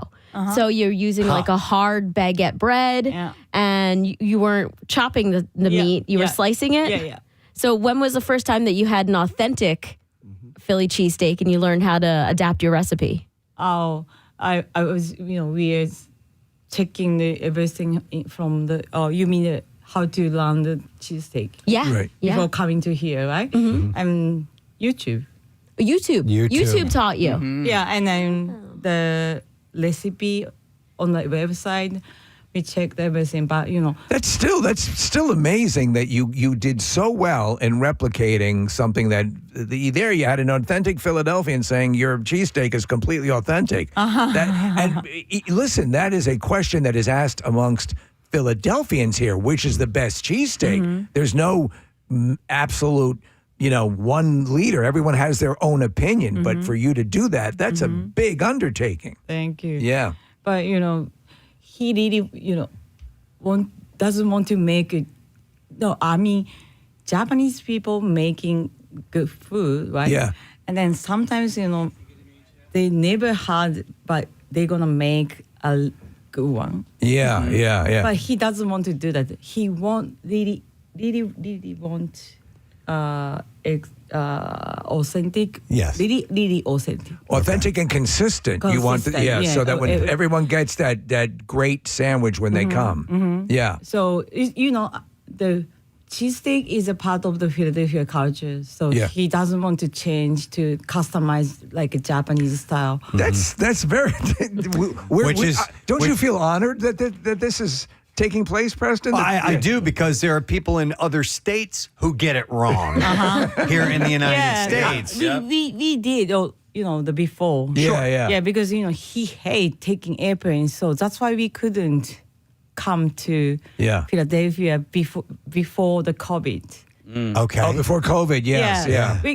During COVID, we have to close the restaurant, and then so we have a bunch of time, and we are thinking about future. Yeah. We worried about future as well, and then this is might be last time. So I said, "What you gonna do?" And he said, "I want to make a little cheesesteak because we served looks like a cheesesteak. I know it's an exact, not authentic, right? But how to make it neighborhood cheesesteak. Neighborhood cheesesteak, right? Yes. And then so we should go. And then during COVID, we came to here and ate. It would still remember the. It's so your much eyes open. Yeah. He takes a bite and it's like, And my friends from Philly, so he ate our cheesesteak. Not before the one, the old one. Yes. And he said, "Oh, it looks like a cheesesteak, but it's not. It's not. It tastes good, but it's not. But what is different? I'm always asking. The bread. Yeah. It's too cheesy or something like that. But I don't know that because never had so. It's funny, Tomomi, that you mention it that way because here people argue over the separate ingredients, right down to, you can't have that on a cheesesteak. Yeah. So listen, you might have thought it was an uphill battle, but the fact that you pulled it off is kind of amazing. I wanted to ask, if this story was true, did you both meet at the restaurant and that's where you, and then got married and the whole thing? So this restaurant is the center of everything for you. Yeah. Yeah. That's Mommy's laughing. Yeah. That's our relationship. Oh my goodness. Have any famous Philadelphians come by your restaurant in Tokyo? Yes? Who has come by? Legendary Roots and Heavy Slime, Eric. So these are a lot of artists in the city and chefs in the city. Espo, Stephen Powers. Okay. And Craig Jesse LeBon, Eater. Craig LeBon. Wow. And I forgot his name always. The drama. You like Jonathan Blake. Jonathan Blake. Yeah, jazz music. Okay. So that had to be wild. That's neat. So let me ask you, with the success of the cheesesteak that you're doing, would you take on something like a Philadelphia pretzel? Oh yeah, I make it. Oh, you do? make it. Okay. And tomato pie as And well. tomato pie. Yeah. And tomato pie. Yeah. Oh, that's great. Oh, and ice Thank you cream. so much. Tasty cake ice cream. Oh yeah. So tasty cake is expiry date is too fast. I'm put in a fridge and then cut them and mix the ice cream. You should try. It's really yum. Okay. And the Okay. vanilla ice, mix them and then in the fridge. What I love is you're doing this in a very small area, and you set up sort of your laboratory, cooking laboratory. But I remember a place I used to go to that would make great food, and it was a very small place, and the woman cooked like on just a hot plate, but it was sensational. It sounds like you've got the same sort of thing going on. Yeah. Yeah. But we just changed a little bit the equipment. So he got a little bit more bigger. Right. Just a little bit bigger. If compared with here, is a big grill, but our country doesn't have a big pan. Right. Space. Yeah, space. Limited space. Yeah. So what I've seen, and to visit Japan is one of my dreams, is to go into. Yeah, please come. Yes, I definitely want to go. But from what I've seen, you have many smaller restaurants, like side by side, Yeah, and that's your exactly. situation, Yeah, correct? Yeah. Oh wow. Okay. This isn't normal. For us, it's every restaurant is huge. Yeah. Oh, here. Here. Yeah. Yeah. We just don't- went to the Cheesecake Factory. Yeah, That's yeah. like 3 stories, you know? We are owner of the restaurant. How to handle it's huge. Yeah. And then, Yeah. so many people working there, and how to pay the money for the employee. Yeah, it's a lot. Yeah, a lot. Yeah. When are you going back to Japan? This Sunday. Sunday. Oh, you sound sad. Yeah, I want to stay more. Truly say I want to live in here. You for wanna my live life. here? Yeah. It's we lovely. Oh, The people nice. We need That's you great. in Japan holding up our end over there, because Yeah. I don't think we could have better ambassadors over in Japan than you guys. Yeah. So, but do you think at some point you'll start visiting more frequently or more often? Oh, Philadelphia, coming back more often? This is their 3rd time here this year, which is Oh, well, there you kind go. of unprecedented. Well, then listen, at one time we hope to at least try your cheesesteaks ourselves. Yes. See how we can arrange that. We could do a live show. And Maybe next We'll time. go to Japan. Oh, yeah. Yes, Come on. yeah. So you guys have cooked at the Eagles practice facility. You cooked during the biggest cheesesteak. You made a cheesesteak at the Village. Congratulations. You guys won that award. Do you have any plans in the future? Is there anything like for an Eagles game or anything? Is it okay to say that it's MLB? Oh, yeah. So one of the prizes for the winning team is they're going to be featured on the Angelo's menu for one month. Oh, that's great. Yeah, so the Nice. details are being worked out, but that was one of the awarded prizes for them. Excellent. Okay. Yeah. Well, we're very happy for your success. Oh, and yeah. It's just great that our city spoke to you, both of you, and has become this important part of your life, and that you're showing how awesome it is in Tokyo. Well, what you're doing helps us remember and love our city more. So that's a Yes. wonderful gift you're giving to us. Oh, yeah. Yeah. And by the way, Tomomi was nervous to come on the radio. You're doing great. Oh, thank you so much. Yeah, you did wonderful.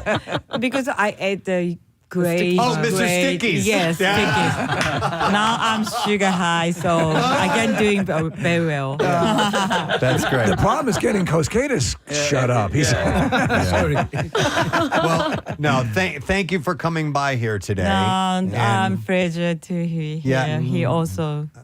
Thank you. Thank you. And we hope to maybe visit someday, and please come back again sometime. Oh yeah. All right. Definitely coming back. always welcome. Wonderful. thank you so much. Wonderful to meet you guys. Thank you so much. Yeah, just one thing. Yes. He want to say thank you to you all, Philadelphian people.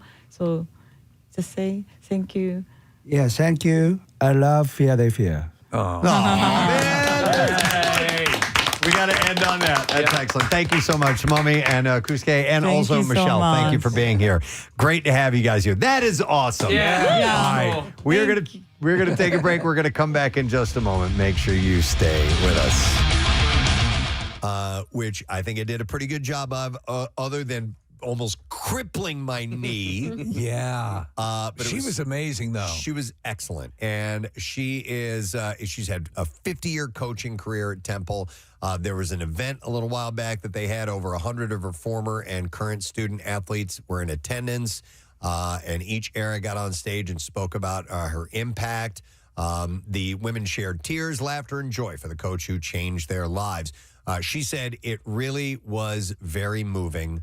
Over the years, it's still the same. The stories that they told and the things they remember, it really made me feel like, okay, I've done my job because they still have good feelings about their time here. That's the most satisfying thing about coaching. She told the story about how it all came to be, and she just kind of on a whim, got involved with it. It became something very important to her. That program would not exist were it not for her. She created it. She created it, yeah. So she is the 2026 winner of the NCAA Pat Summitt Award, an honor recognizing a coach who has demonstrated devotion to the development of college athletes and made a positive impact on their lives.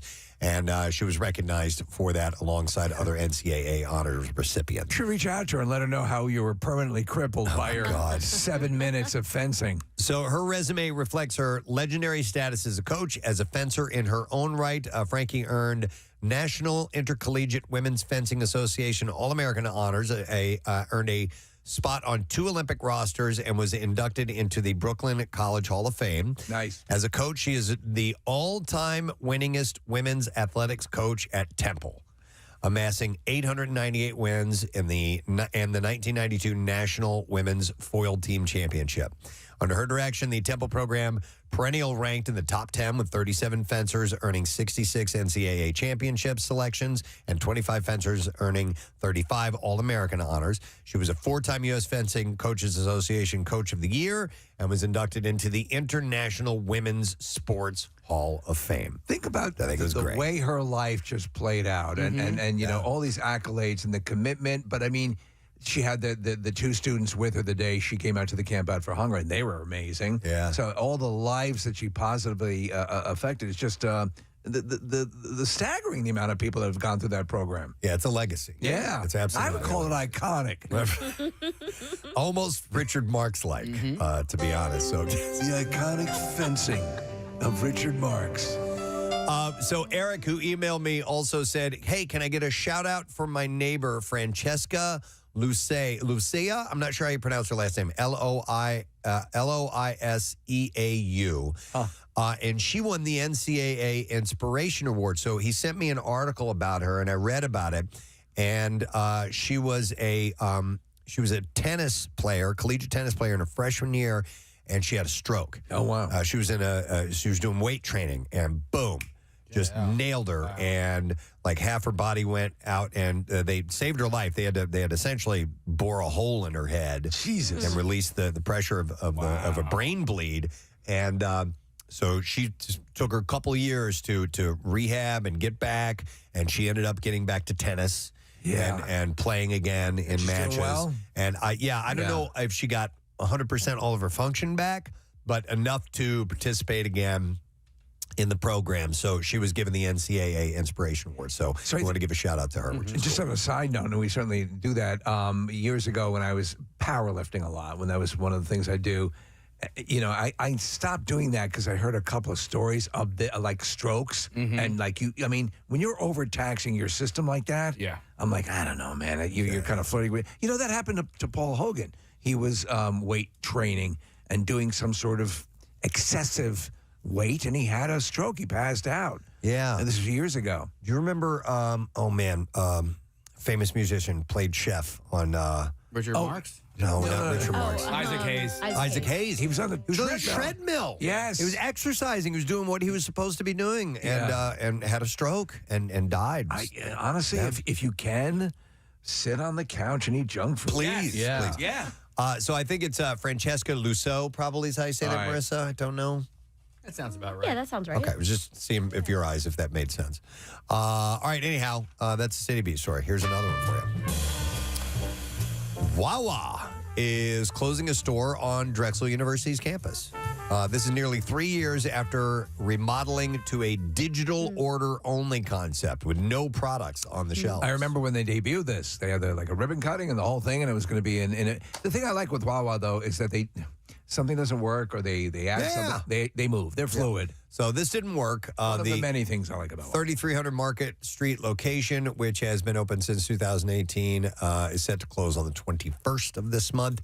It was remodeled in 2023 to test the new store format, which required customers to order all items on touchscreen, no shelves of products to browse. The pilot was not successful, leading to the store's planned closure, according to a statement from our friend Lori Bruce at Wawa. Prior to the pandemic, the store saw more food service than any other Wawa, they said.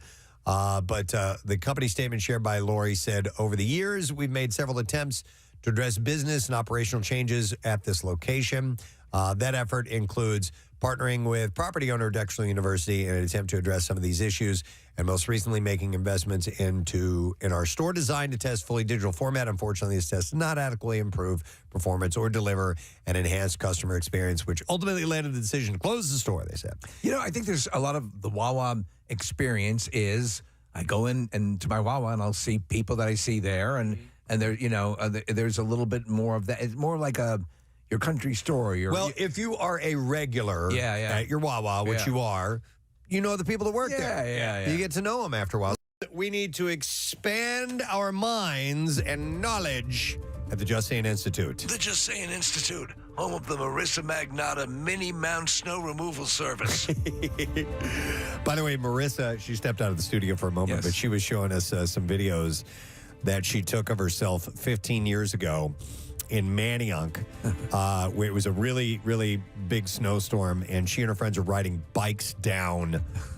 I don't know if it was levering or one of the really, really steep roads. Crazy. Yeah. Insane. Suicidal. Yeah. So. You said, what was you were saying? I could never do this now. I can't do that anymore. I can't do that anymore. I will risk permanent damage in my destroyed knees and so on. So, all right, tell my wife I love her. We're going to start with this. NASA will soon run a high-stakes fueling test on its Artemis II rocket, a practice run that must succeed before 4 astronauts can fly around the moon. The U.S. Space Agency inched the 11 million pound space launch system and mobile launcher to a Cape Canaveral, Florida launch pad on Saturday. The slow procession of the 322-foot rocket, topped with the Orion spaceship, took 12 hours on the aging crawler transporter to complete. Those things are amazing. Did you say 11 million pounds? 11 million pounds. Wow, man. Yeah, it's unbelievable. I've been lucky. I've been to the Kennedy Space Center before, and we took a tour, like a close-up tour. You have to pay extra to do that. Yeah. And they took us by the crawlers, and you're right at the base of it. It's massive, and that's just the thing that moves the massive rocket. To roll it out into place is astonishing. It's pretty incredible. So that 4-mile trek could mark the first leg of Artemis II. I love the name Artemis, too. Yeah, it's perfect. Which will be a 10-day journey around the moon and back that will put the spaceship through its paces. The lunar mission will be NASA's first with astronauts since Apollo 17. It's been 53 years since anybody has been up that close to the moon. It's been way too long, and I know that you are. I assume you're like me. I'm out of my mind excited for this. Oh, very much so. So the astronauts include Victor Glover, Christina Koch, Reed Wiseman, and Canada's Jerry Hansen that will be aboard. No Katy Perry? No Katy Perry on this one. No, she did go up in the Orion. On that mission. The Orion, right? Okay, so I'm sorry. I don't have is your microphone on? There you go. In the Blue Emu? The Blue Emu. In the Blue Emu. Yeah. So the Blue Horizon, was that it? Yeah. All right. So the Blue Waffle. The so-called, they're calling it the wet dress rehearsal. Oh, man, that's hot. We'll load the Mega Moon rocket with 700,000 gallons of ultra-cold liquid oxygen and liquid hydrogen propellants and take the countdown all the way down to 29 seconds before liftoff. You guys wet yet? How this test goes will shape the flight timeline and determine whether launch opportunities Go Squirt Go in February remain in play. So wait, when's the launch? It's going to be February 2nd. Ooh, that's exciting. If it remains, if everything goes right, that can 12 always... 12 days before Valentine's Day, Preston. Can always change. So during the test, teams will fill the rocket and rehearse every major step of launch day fueling. Controllers will run through all countdown procedures, including the final terminal count, and then stop on purpose at T 29 seconds. NASA is targeting February 2nd for the crucial exercise, though that could change depending on preparation. So if you were to see like an Apollo 13 or anything that will show you the inside you just watched from the Earth to the Moon, inside those capsules, in the kind of equipment looks borderline prehistoric to what they're going to have now when they go into space. Yeah. I mean, when you realize that at the time, the average cell phone that we carry had more technology than all of NASA at that time. Yeah. It puts it all into perspective. Yeah, it's pretty amazing. And you look at the antiquated computers that they were using and the commands that they had to give. So they used their commands were verb and noun. Yeah. It would be like verb 020 enter, noun 254 blank, and they would have to do these really long computations to do whatever they needed to change in the guidance computer, but they couldn't get anywhere without it. They had to use that stuff, and that's what and at the time it was cutting edge technology. And then other times it was tape and a wing and a prayer. Yeah, totally.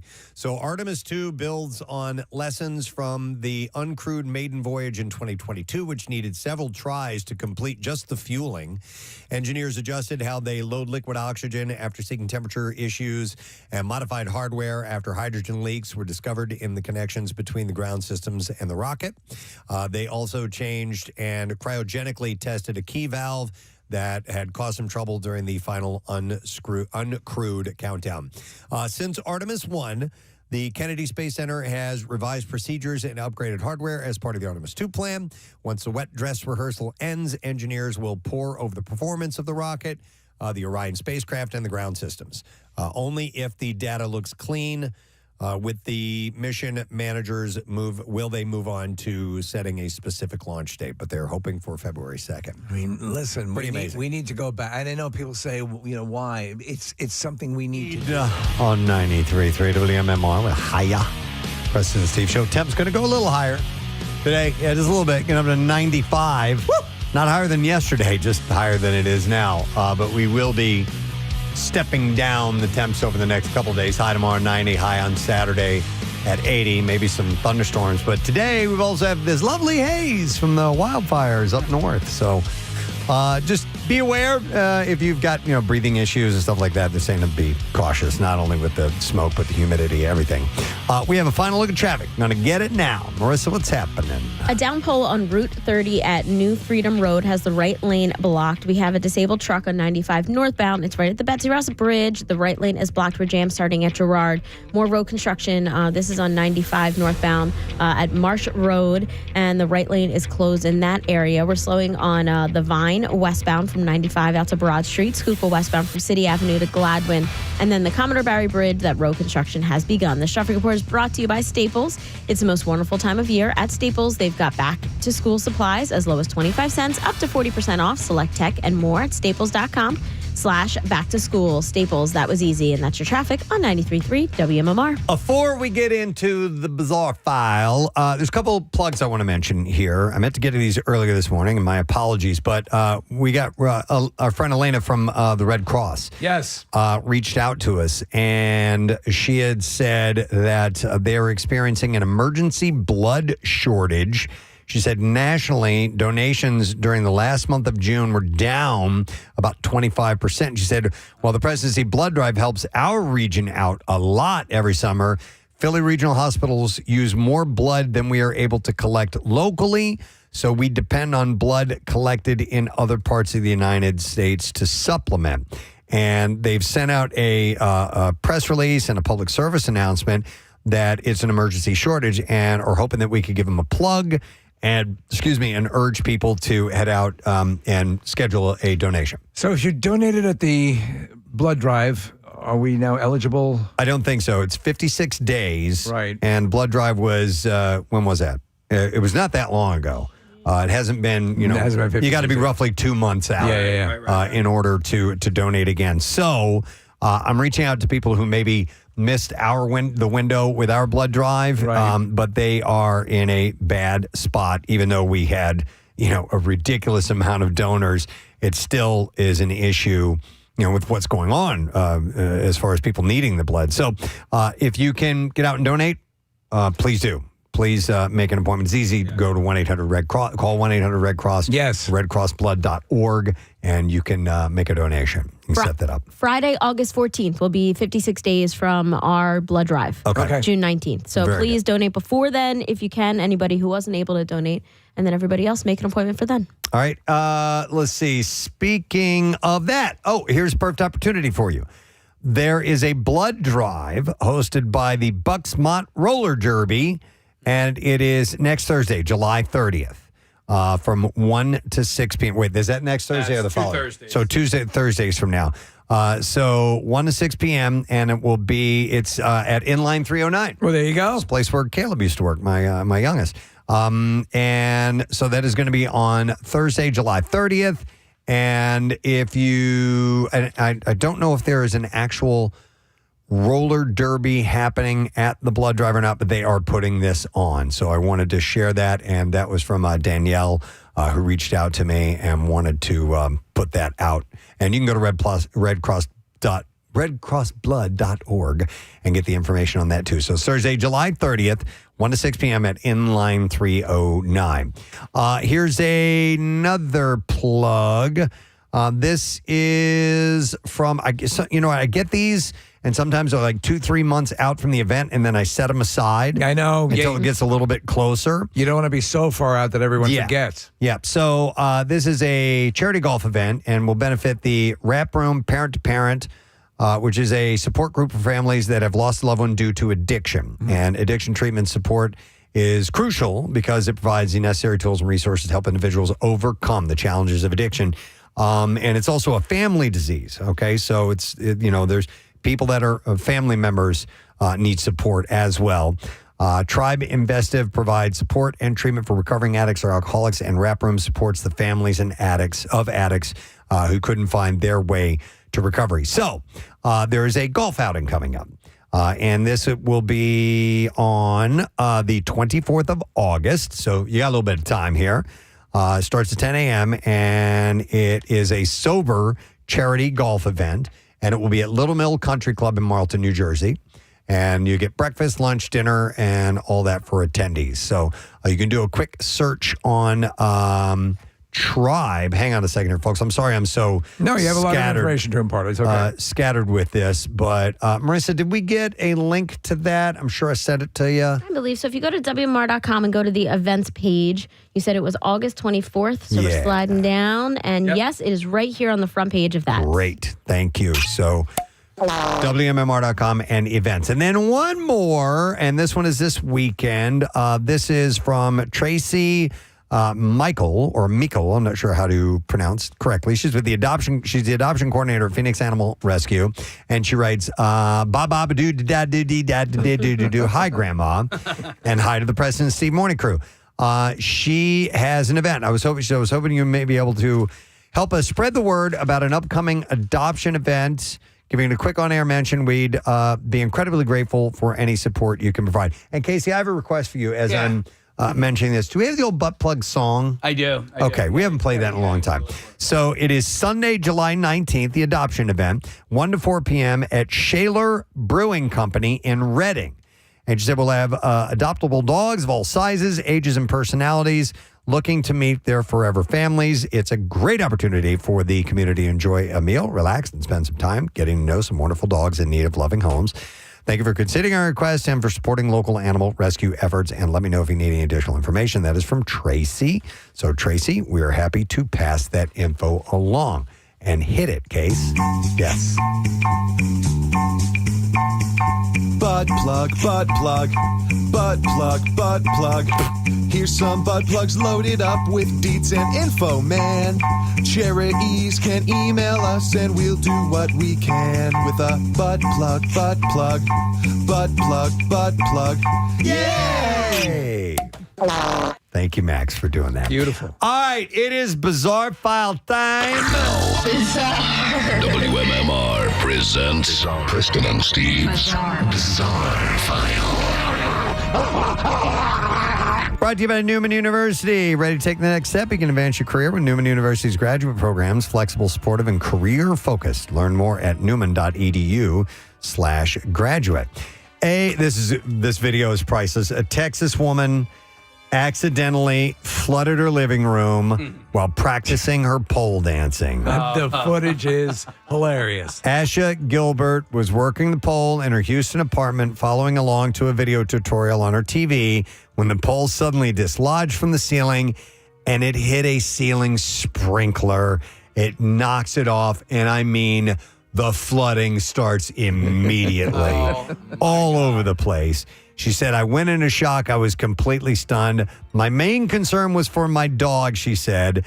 Asha and her panicked dog managed to make it outside as the fire trucks had rolled up.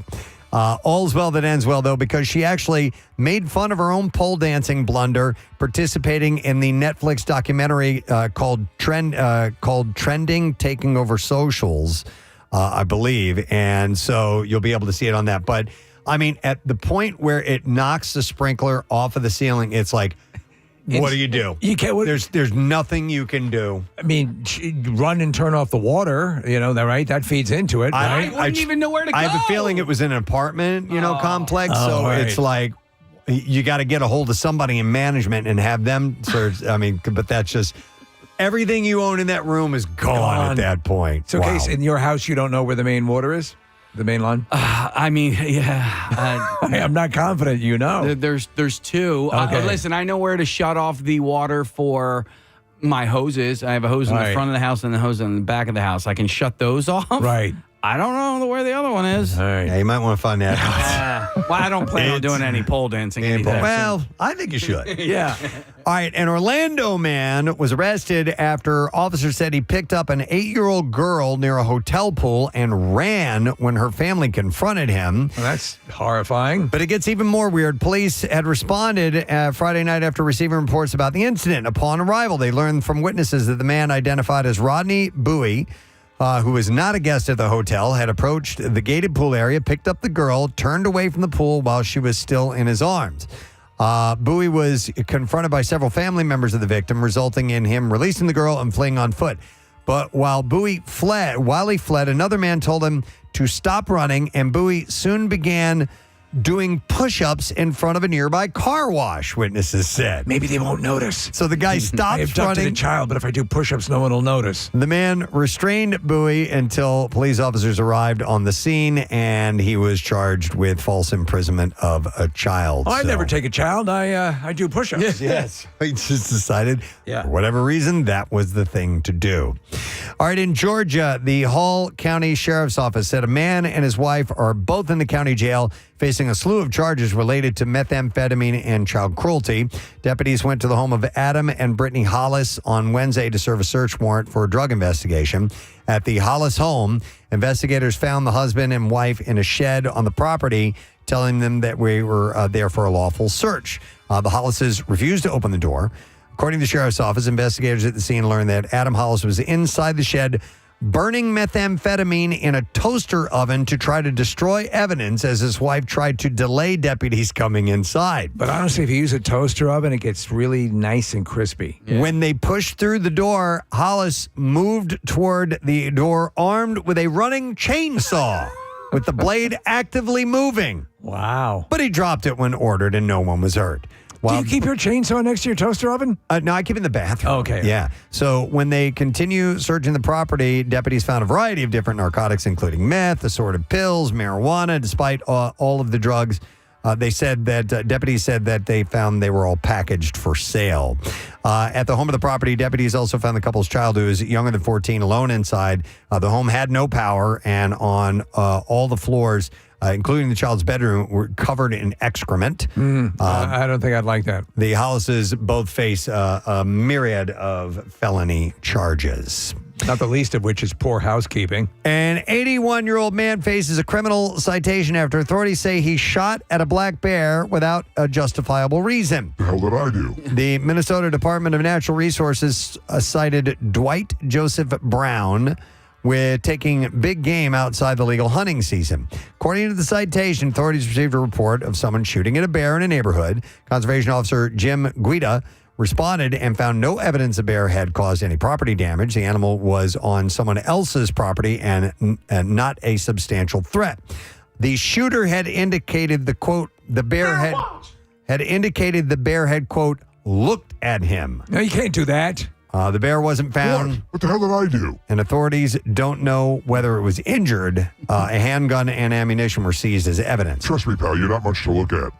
Brown said that he was driving a garden tractor into his garage when he spotted the bear standing at the edge of his driveway. He said, a garden tractor doing I go to hell. He said that he shot at the animal to scare it, but didn't hit it, and the bear ran into the woods. Brown said he lives, quote, in the country, and there was no chance of him hitting other houses. But a neighbor yelled at him and called authorities. He said, I'm not happy with my neighbor. Minnesota law allows people to kill nuisance bears only in limited circumstances, such as when they're causing a significant property damage or posing an immediate danger to people or animals. You're the nuisance, you dumbass goober. Damage to bird feeders or unsecured garbage cans are not legitimate reasons. And in this case, there was no evidence the bear damaged property or is behaving aggressively. He only looked at him. Well, that's reason enough. And that is what I have in the bizarre file for you today. Before we wrap up, Casey brought something in here. Yeah, well, Ryan brought it to me. I don't want to take all the credit here. We got a gift from our friends, the Chujos, who are here from Tokyo. And they brought us a little gift here. It's wrapped. You want me to open it? Yes, please. Okay.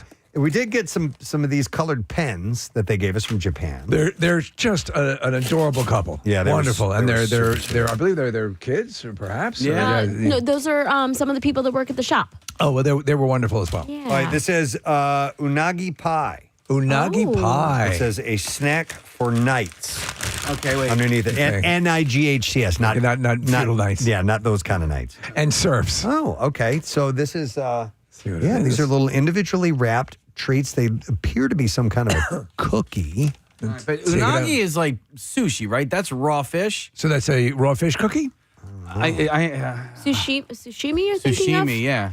And nigiri. Nigiri, yeah. Yes. All right, hang on. Well, I'm going to open one of these and You try got to it. try it now. I love something, and it's sort of an international delicacy, and it's sealed like medical waste. If it is fish-based, I don't want nothing to do with it. Well, you're going to have to take the first bite. I will. Oh, hang on. These are all tightly individually wrapped. Well, no, it smells like a cookie. Okay. It smells like a damn good cookie. It's a fish cookie. Yeah. Thumbs up. Here you go, Steve. All right. Thanks to the... There we go. Marissa, you want one? Yeah, of course. Coming over. Yeah. Oh, that's Oh, good. thank you. Yeah, I want one. Yeah, totally. All right. Thank you, guys. They were so sweet. That was really, really nice. Dude, and then they met Matt Cord. It was adorable. Because they're Philadelphia sports fans. Yeah. You know? And that's a legend. And So they're aware of Matt? Yeah. That's cool. Yep. All right, let's take a break. We'll come back and we still have lesson question, trash, and music news coming up. So you might win something. Stay right there. We'll return in a moment. As a species, we need to explore, Well, yeah, it's the old adage is why? Yeah. Because it's there. It's there, yeah. And that's part of the reason. But there's some practical things, too. Sure. That they need to figure out. And you never know what. Velcro came out of the space program. I mean, come on, man. So did Corningware. Absolutely. That came out of the space program. Yeah. Yes. Yeah, there are a lot of things, Marissa. In fact, you could pull up a list of household items that were created through the space program. They had other uses that they were intended for, but they ended up being perfect for other things that we still use to this day. Yeah, absolutely. The melon baller. That came from of course. That's how lunar soil was scooped with a melon baller. So Marissa just pulled, and I'll just read off the list here. I'll take it here, Marissa. So things that were created from the space program: Dustbusters, little handheld vacuums. Memory foam, yes, was something that was created from NASA and the program. Before that, the foam could not remember. No, wireless headsets. Modern running shoes, water filters, scratch-resistant lenses, freeze-dried food, baby formula, Treadmills came out of the program. I mean, the double-headed dildo. Wow. Yes. Oh, my God. That was originally part of a retro rocket. I did not. And they repurposed it. And they repurposed a double-headed dildo from the space program. Houston, I think we have another use for this. Wow. Let me get back to you in a couple of minutes. If you hear some groaning, you just ignore that. So anyhow, they're doing those. They're getting the full what they call the wet dress rehearsal underway. We talked about this last week about the resort on the moon or things of that nature, and the projected cost of what it'd be to go there. I don't think, obviously, in my lifetime, I'm not going to make it. But I mean. How exciting is that? And maybe for some people, don't give a rat's ass. But for me and for you, it's been part of science fiction lore forever. Been a while. We've been off for a couple weeks, and we haven't shuffled around the streets of Philadelphia. It's time for the City Beat, folks. So we're going to Scooby-Wow. Get in it. Feet, beat, meat. That's all you need to know. That's it. All right, so a new baby African penguin at the Adventure Aquarium in Camden was unveiled yesterday, and now they have announced a contest to name the baby penguin. I love this because it's twofold. It's to name the penguin and then how best to prepare it. No, you don't. We're not going to eat it. No, it's adorable. It's funny how when you talk about the changes that some, animals go through when they are young to what they become when they're older. We essentially look like small versions of humans, but there's this massive change that takes place. But it's adorable. Yeah, they're cute. Casey, I know you have a knack for coming up with names for dogs. Yeah. Do you ever, collect those names, have a repository of them, and maybe you could dip in there and find something, a great name for this penguin? Well, my latest dog name actually could go with this With the penguin? Yeah. Let's hear it. Go-birds. Go-birds. Go-birds actually. That's one word. Yep. Go-birds. Where do you stand on go-birds? You. I don't love it. Yeah. I think it's a cute idea. Yeah. But the plural at the end throws me off a bit. Yeah. What about any one of our band names? Dude, okay. So yesterday, finally, I wrote them all down and I printed it up. Really? And I have it here with me. Okay. I have the full list of the Preston Elliott band name repository that I've been collecting for years and years and years. I'm not going to read it. I'll just show you. Give us a taste.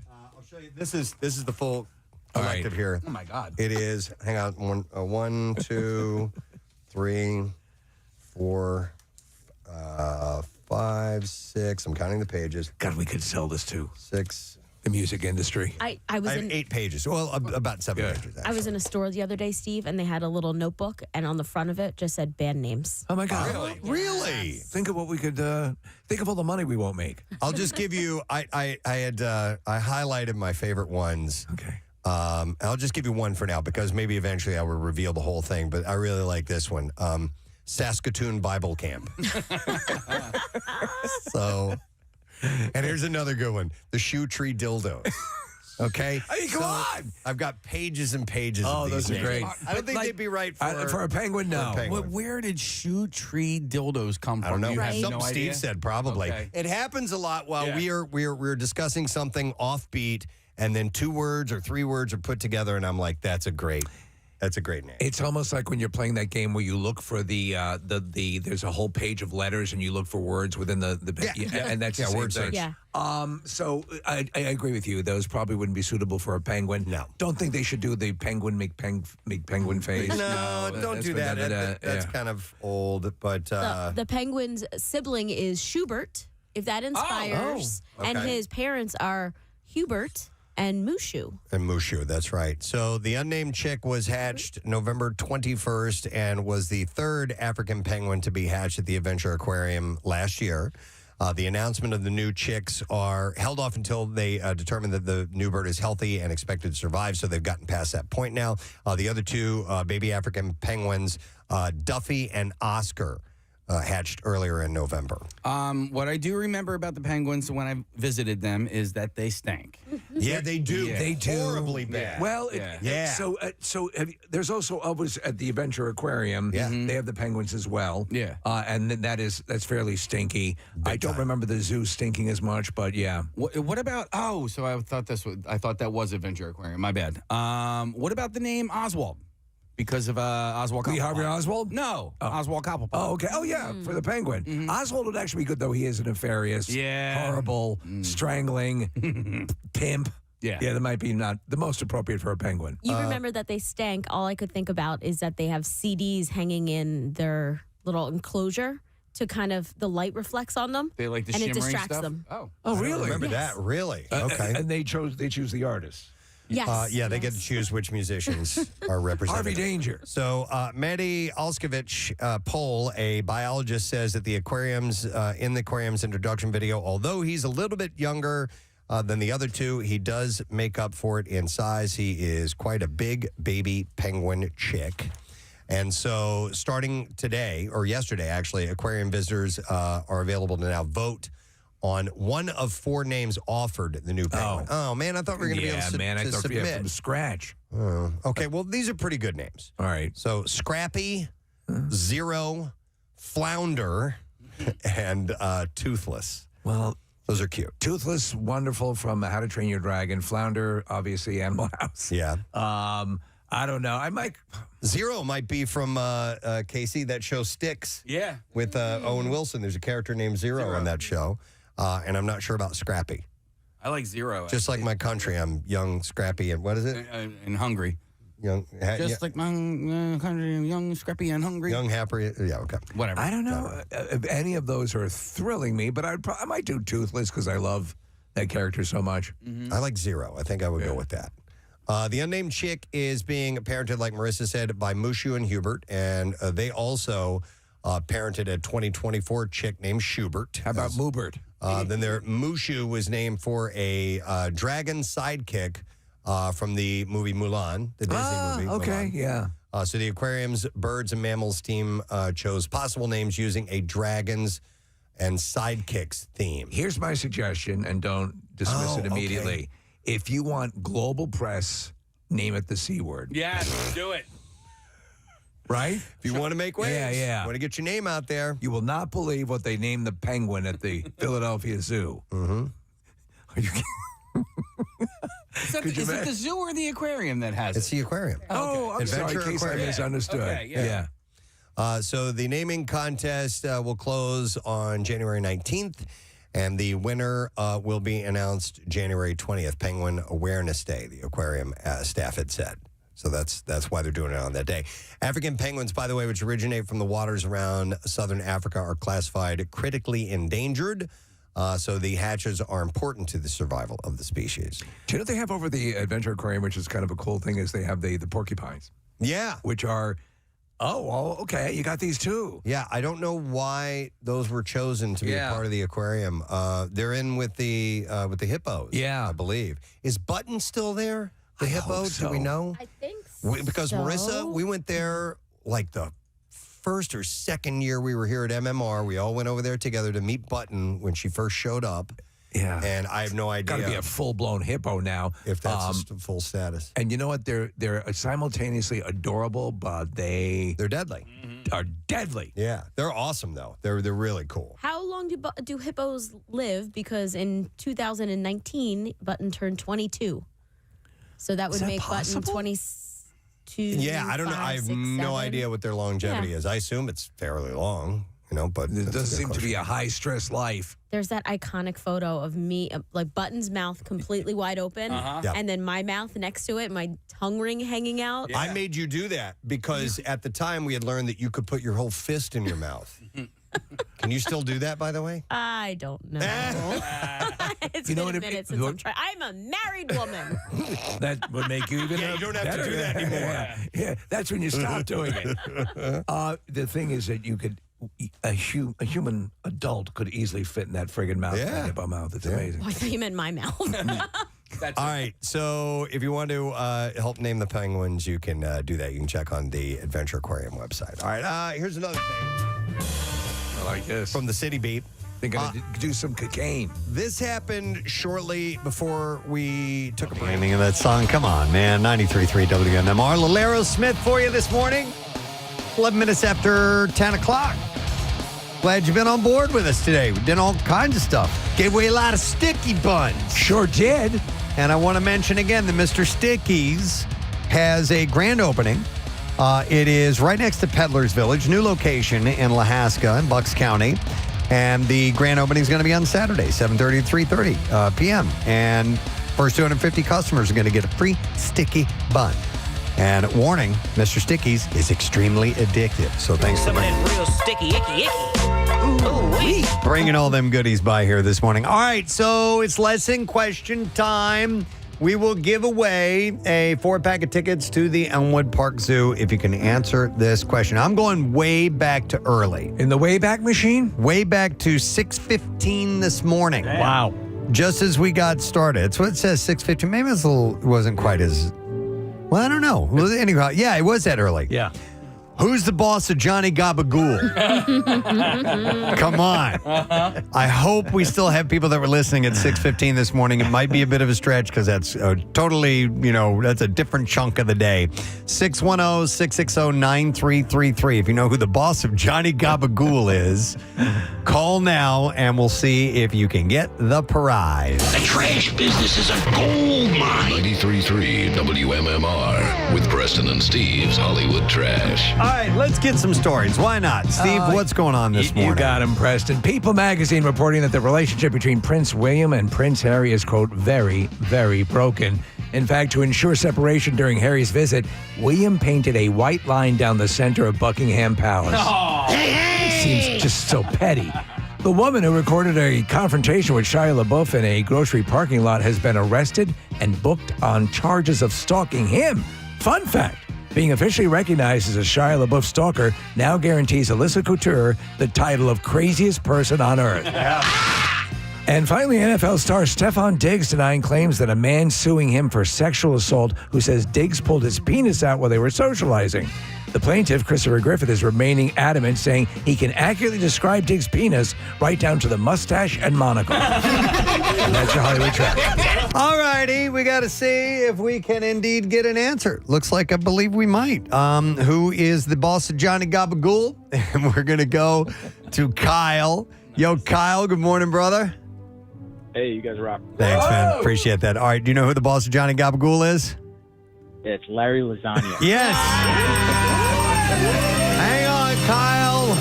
As you, sir, are going to get a 4-pack of tickets to the Elmwood Park Zoo, you can feed a giraffe, come face to face with a jaguar, cool off with a drink at Zoo Brew at Elmwood Park Zoo. Every path leads to something unexpected, and you can plan your visit at elmwoodparkzoo.org today. All right. Now, Preston and Steve's Music News on 93.3 WMMR. Yeah! All right, we will start with one about Jack White. Made his New York City concert a family affair during the first of two shows at the Brooklyn Paramount on Saturday. He brought out his daughter Scarlett to play bass on the White Stripes songs Cannon and Black Math. Between the two, she also joined him on the blues standard John the Revelator. White loaded the set list with songs from his new solo album called Frozen Charlotte, which he dropped on Friday, by the way, with along with White Stripes classics like Hotel Yorba and Icky Thump, closing the night with Seven Nation Army.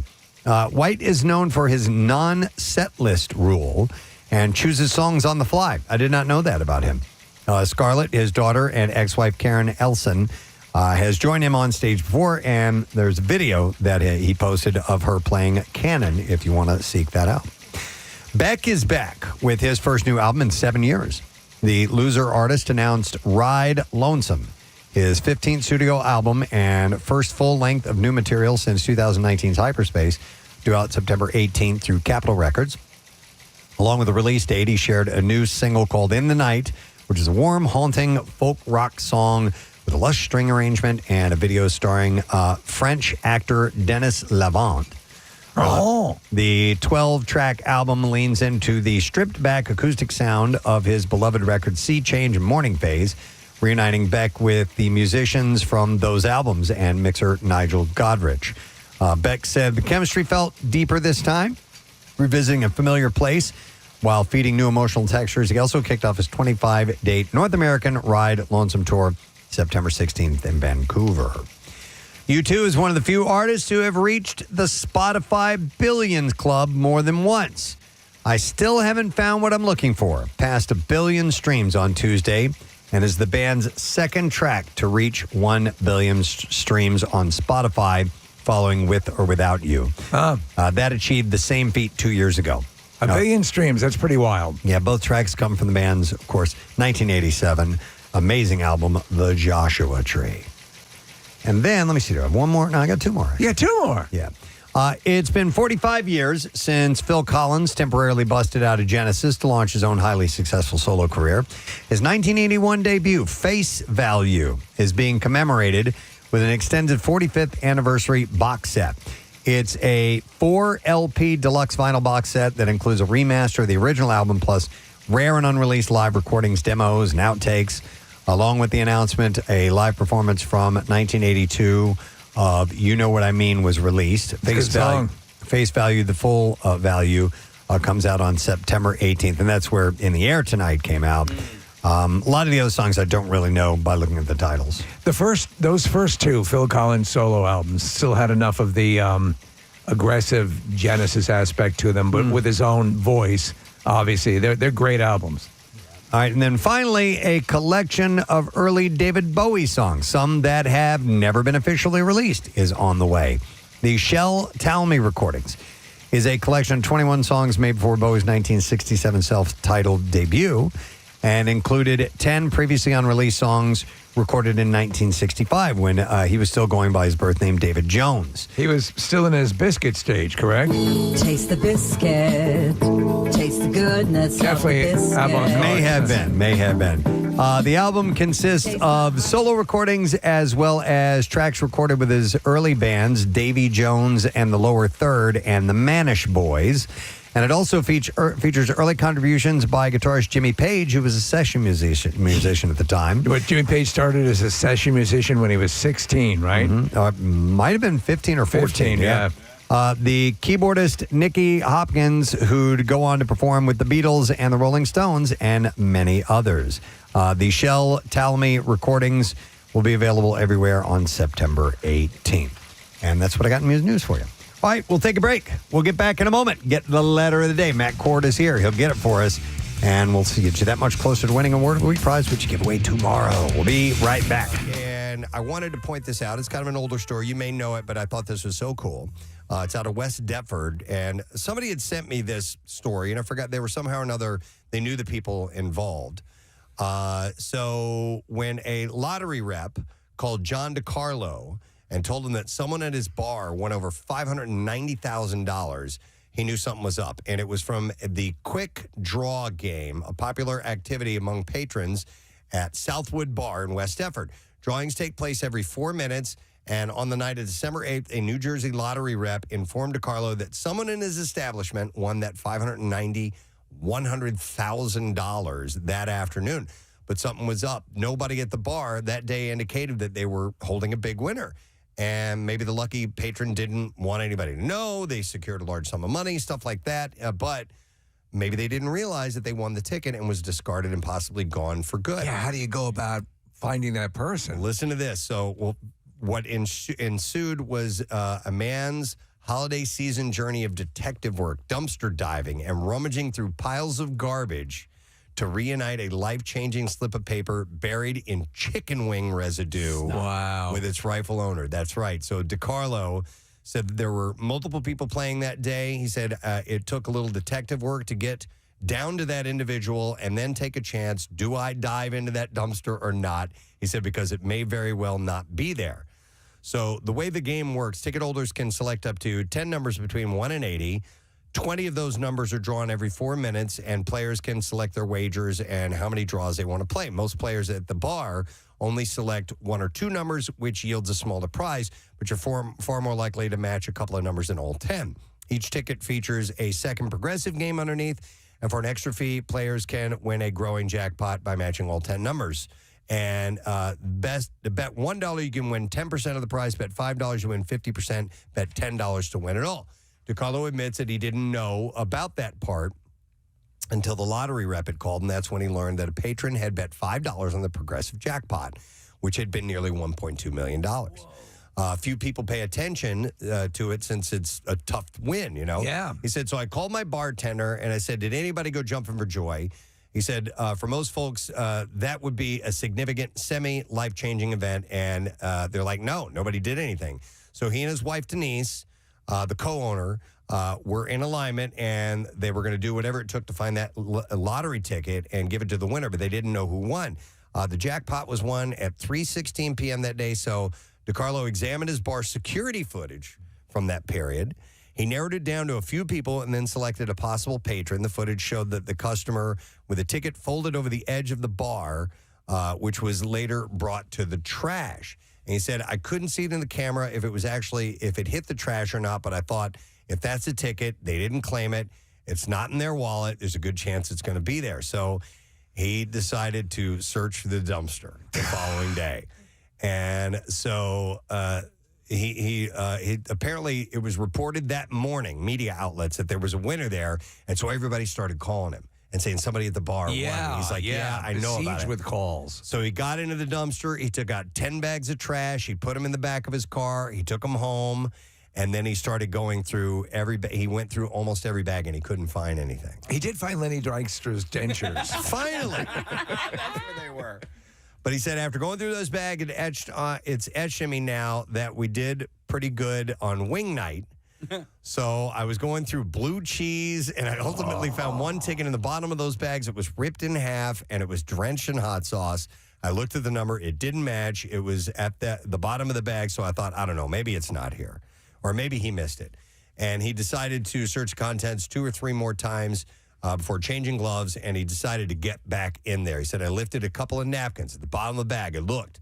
There was something balled up. I pulled it out. It was wet and messy, but I carefully brought it out, and there were 2 or 3 tickets. I laid them out, and I looked, and sure enough, one of them was the winning ticket. Listen, and this is not for him. It's for someone else. It was for somebody else. Out of the blue, motivated to do this. That says a lot about this guy. My question is this. Does he have rightful claim to that ticket?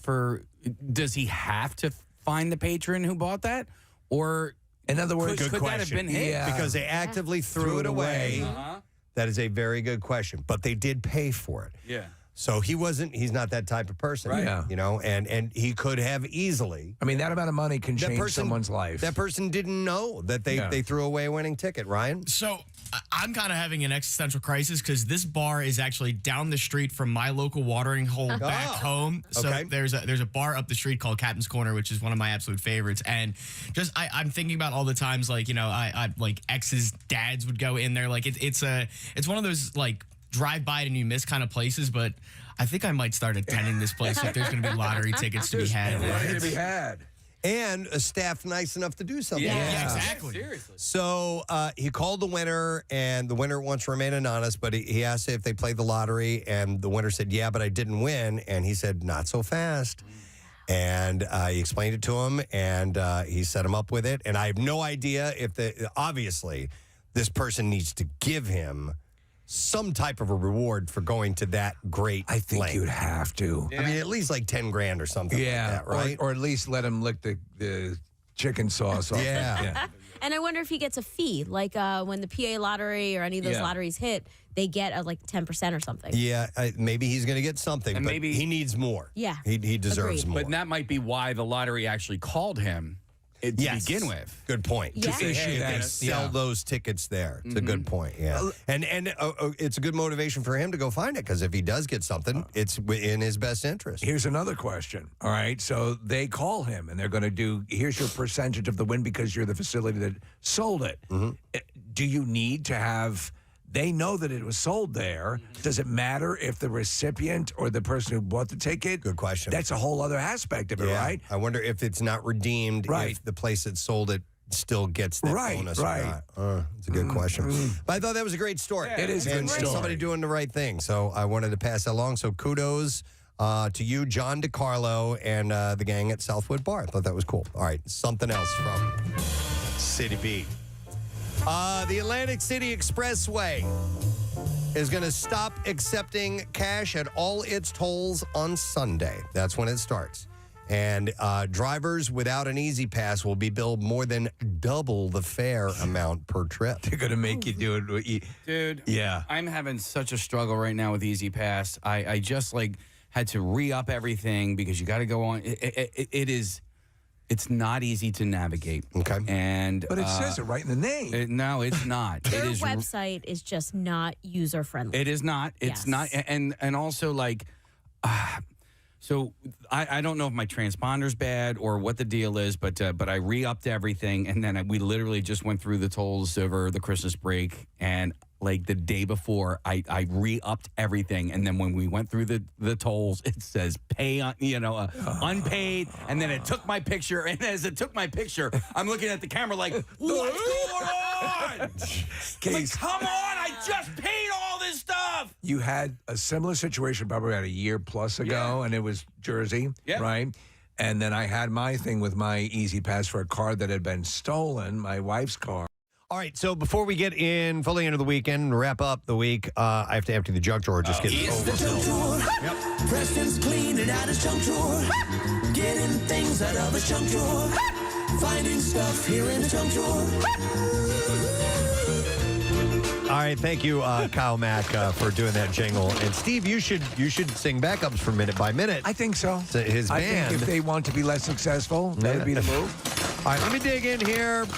And, there's something. All right, so if you want to stay on the moon and you have a few $1 million burning a hole in your pocket, well, a Silicon Valley startup called GRU Space is now taking reservations for a lunar hotel that it plans to 33 WMMR.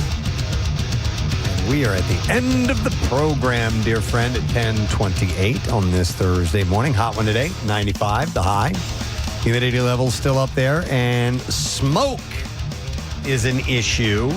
The wildfires up north, and you can see it in the kind of haziness that we have. You can smell it. You can even taste a little bit of it if you try hard enough. Of course you can. Why not experience it all? If you miss Canada or thinking about taking a trip there, you can eat a little bit of it right now. Yes, you can. I would like to take a moment to thank a few people, thanking our guests who came by. We had comedian Ron Funches here. Ron is great. Yeah. He's at Helium Comedy Club tomorrow, Saturday, Sunday. The early Saturday show is sold out. You can go to heliumcomedy.com and get your tickets. And we had a great visit from Tomomi and Kosuke Chujo, who were here this morning. And I know I butchered the names, but they're the owners of Nihonbashi Philly in Tokyo. And it is a Philadelphia-specific restaurant in Tokyo, Japan. And they make great cheesesteaks. They've gone to great lengths. We got the stories from them on their development of the cheesesteak and eventually coming here and figuring out how to get it right. And they come by a couple times a year and buy supplies. And we gave them some tchotchkes, some stuff to hang up in their restaurant. They were so delightful. They're authentic. Their passion for Philadelphia is so amazing and so sincere. It's just, it makes you feel good. And they associated their area, the town that Kosuke is from, and I know I'm messing that up. Is it Kosei? Kosei. I'm not really sure. I wrote it down phonetically. But in that it had similarities to Philadelphia in that a lot of firsts in Japan happened there, like a lot of firsts in the United States happened here in Philadelphia with the post office. Right. And things like the Navy and things like that. So it was really cool to hear why they chose this region as a place to be represented there. There was a wonderful moment as they were departing, and Casey was giving them shirts, and he goes, I don't know if you want this one. This is more me. And it was a Delco T-shirt. And she goes, oh! Yeah, she was freaking out. Yeah. So it was great. And also thank you to Mr. Stickies. Yay! Bringing by the good. And by the way, they loved Mr. Stickies. Yes, they did. And they got a new location. It's a grand opening. It's happening this Saturday at Lahaska and in Lahaska, Bucks County, which is right next to Peddler's Village. And if you stop by on Saturday for the grand opening, it starts at 7:30, goes at 3:30. If you're one of the first 250 customers, you get a free sticky bun while you come by there, too. So thank you. You can go to MrStickiesBuns.com to get all the details. And Matt Cord is here. You spent some time with our Japanese guests earlier. So nice. And they loved hip-hop, the mascot of the Sixers. They saw the cutout. And they're like, hip-hop, hip-hop. And then Casey said, I used to work for the Sixers. And then we got a picture together. And they're huge Philly sports fans. She was like, the new mascot, Franklin. Yeah, not so much. Well, they loved hip-hop. We were taking a picture, and immediately when they go 3, 2, 1, they go Birds. Well, with hip-hop, they're going 10, 9, 8, 7, 6. No way. They knew that song. That's crazy. I have an announcement to make. You do? Yesterday, my wife, Patty Ann, and I became grandparents. What? Yeah. Grandparents? Yeah. My daughter-in-law, Katie, and stepson, Jimmy, gave birth to a baby boy yesterday, James Daniel Lynch. Oh, that's so nice. J.D. Lynch. J.D. Lynch. 8 pounds, 12 ounces, 21 inches. All right. Yeah. Good Pretty size baby. amazing. So Yeah. I haven't met him yet, but Patty Ann's been there nonstop. Of course. Yeah. Of course. Oh, Like man. bringing him everything. I'd already. like to hear Matt Cord start to do more birth announcements. Coming Okay. in at 8 pounds. And 12 ounces, Yeah. 21 inches. Yeah. Well, I said to Jimmy and Katie, that's such a sports name, like J.D. Lynch. Oh, Sure big is. time. You know? Yeah. Yeah. James Daniel, yeah. So pretty cool. That's And congratulations. now we're like, what do you want to be called? Yeah. No, not Grandpa. I know. Yeah, you could throw it out to Gumpy. listeners, see what they can help you out. I come just up with remember something. during the Granny Grand Prix, all the different names for the grandmoms. Yep. Yeah. And, there was so many. Yeah. There was Grandmom, Gigi, Gum Gum. Yeah. There was a Me Mom. Me Mom, Yeah. all that stuff. So, throw it out there. Let me know what you do. That'd be yeah. terrific. We'll actually run a contest and pick one for you. Text Matt. Could be Larry Lasagna. Larry Lasagna. That's perfect. All right. Let's do the letter, Matt. Yes. Preston and Steve on 93.3 WMMR. Now, the Daily Letter. The Preston and Steve Show is brought to you today by the letter C as in Chubby Checker. All right. Philadelphia, great. And we have a set of 4 lower level tickets to the Shine Down concert coming up, and also a Shine Down merch pack. Special guest Coheed and Cambria. It's next Thursday at Xfinity Mobile Arena. Tickets are on sale now via Ticketmaster. And you can hear a playback of the recent MM Archive session with Brent and Zach today at 4 p.m. It's going to be happening, so do not miss out on that. Matt, what's up today? Lame ass trivia, just not too far off. We have tickets for the Foo Fighters. Also, today is Thursday. D student trivia. We have tickets for the Union versus the Red Bulls. So hopefully, I think maybe with the World Cup, the Union will get a nice bump and people like going back to soccer games. That'd be nice. Do you want one of the questions? Please, I love these. Steve, you can't answer this. Okay. Name 2 of the 5 boroughs in New York. Wow. Brooklyn and Queens. Oh, good. Okay. There you go. That pretty easy one. Yeah, it's a real easy one. And you'll like this today. Pierre's Vital Cut, George Harrison. All things Must must pass. It's just a classic. It's look how. Wow, that is. I didn't realize it's a Rapid triple record. I didn't know that either. Yeah, but My Sweet Lord, and I think And All Things Must Pass All is Things a Must great song. Pass, Yeah. and What Is Life? Oh, that's a great song. Yeah, Wawa. Do you know that one? No, I know the. Isn't it Venus a pity? Yeah. So Okay. You got stuff to choose from. yeah. Love it. All right. Thank you, Matt. And thank you to the following sponsors. Our Preston and Steve radio program has been brought to you today by Duncan, and the Preston and Steve show runs on Duncan. And also brought to you, by Mr. Stickies. And their grand opening this Saturday in Lahaska. And you can check them out right next to Peddler's Village. Make sure you do that. Tomorrow on a program for No Sad Bro Friday, Adam Lambert doing a make good. He wasn't feeling good the other day, so all right, we'll chat with see. him via Zoom tomorrow morning. And we have Bob Trudnak, who is going to be part of our connoisseur segment. He was the winner of the Barbecue Brawl on Food Network, and he's from Lansdale, I believe. Another local. Lansdale or Souderton, I don't remember, but he's from that general area.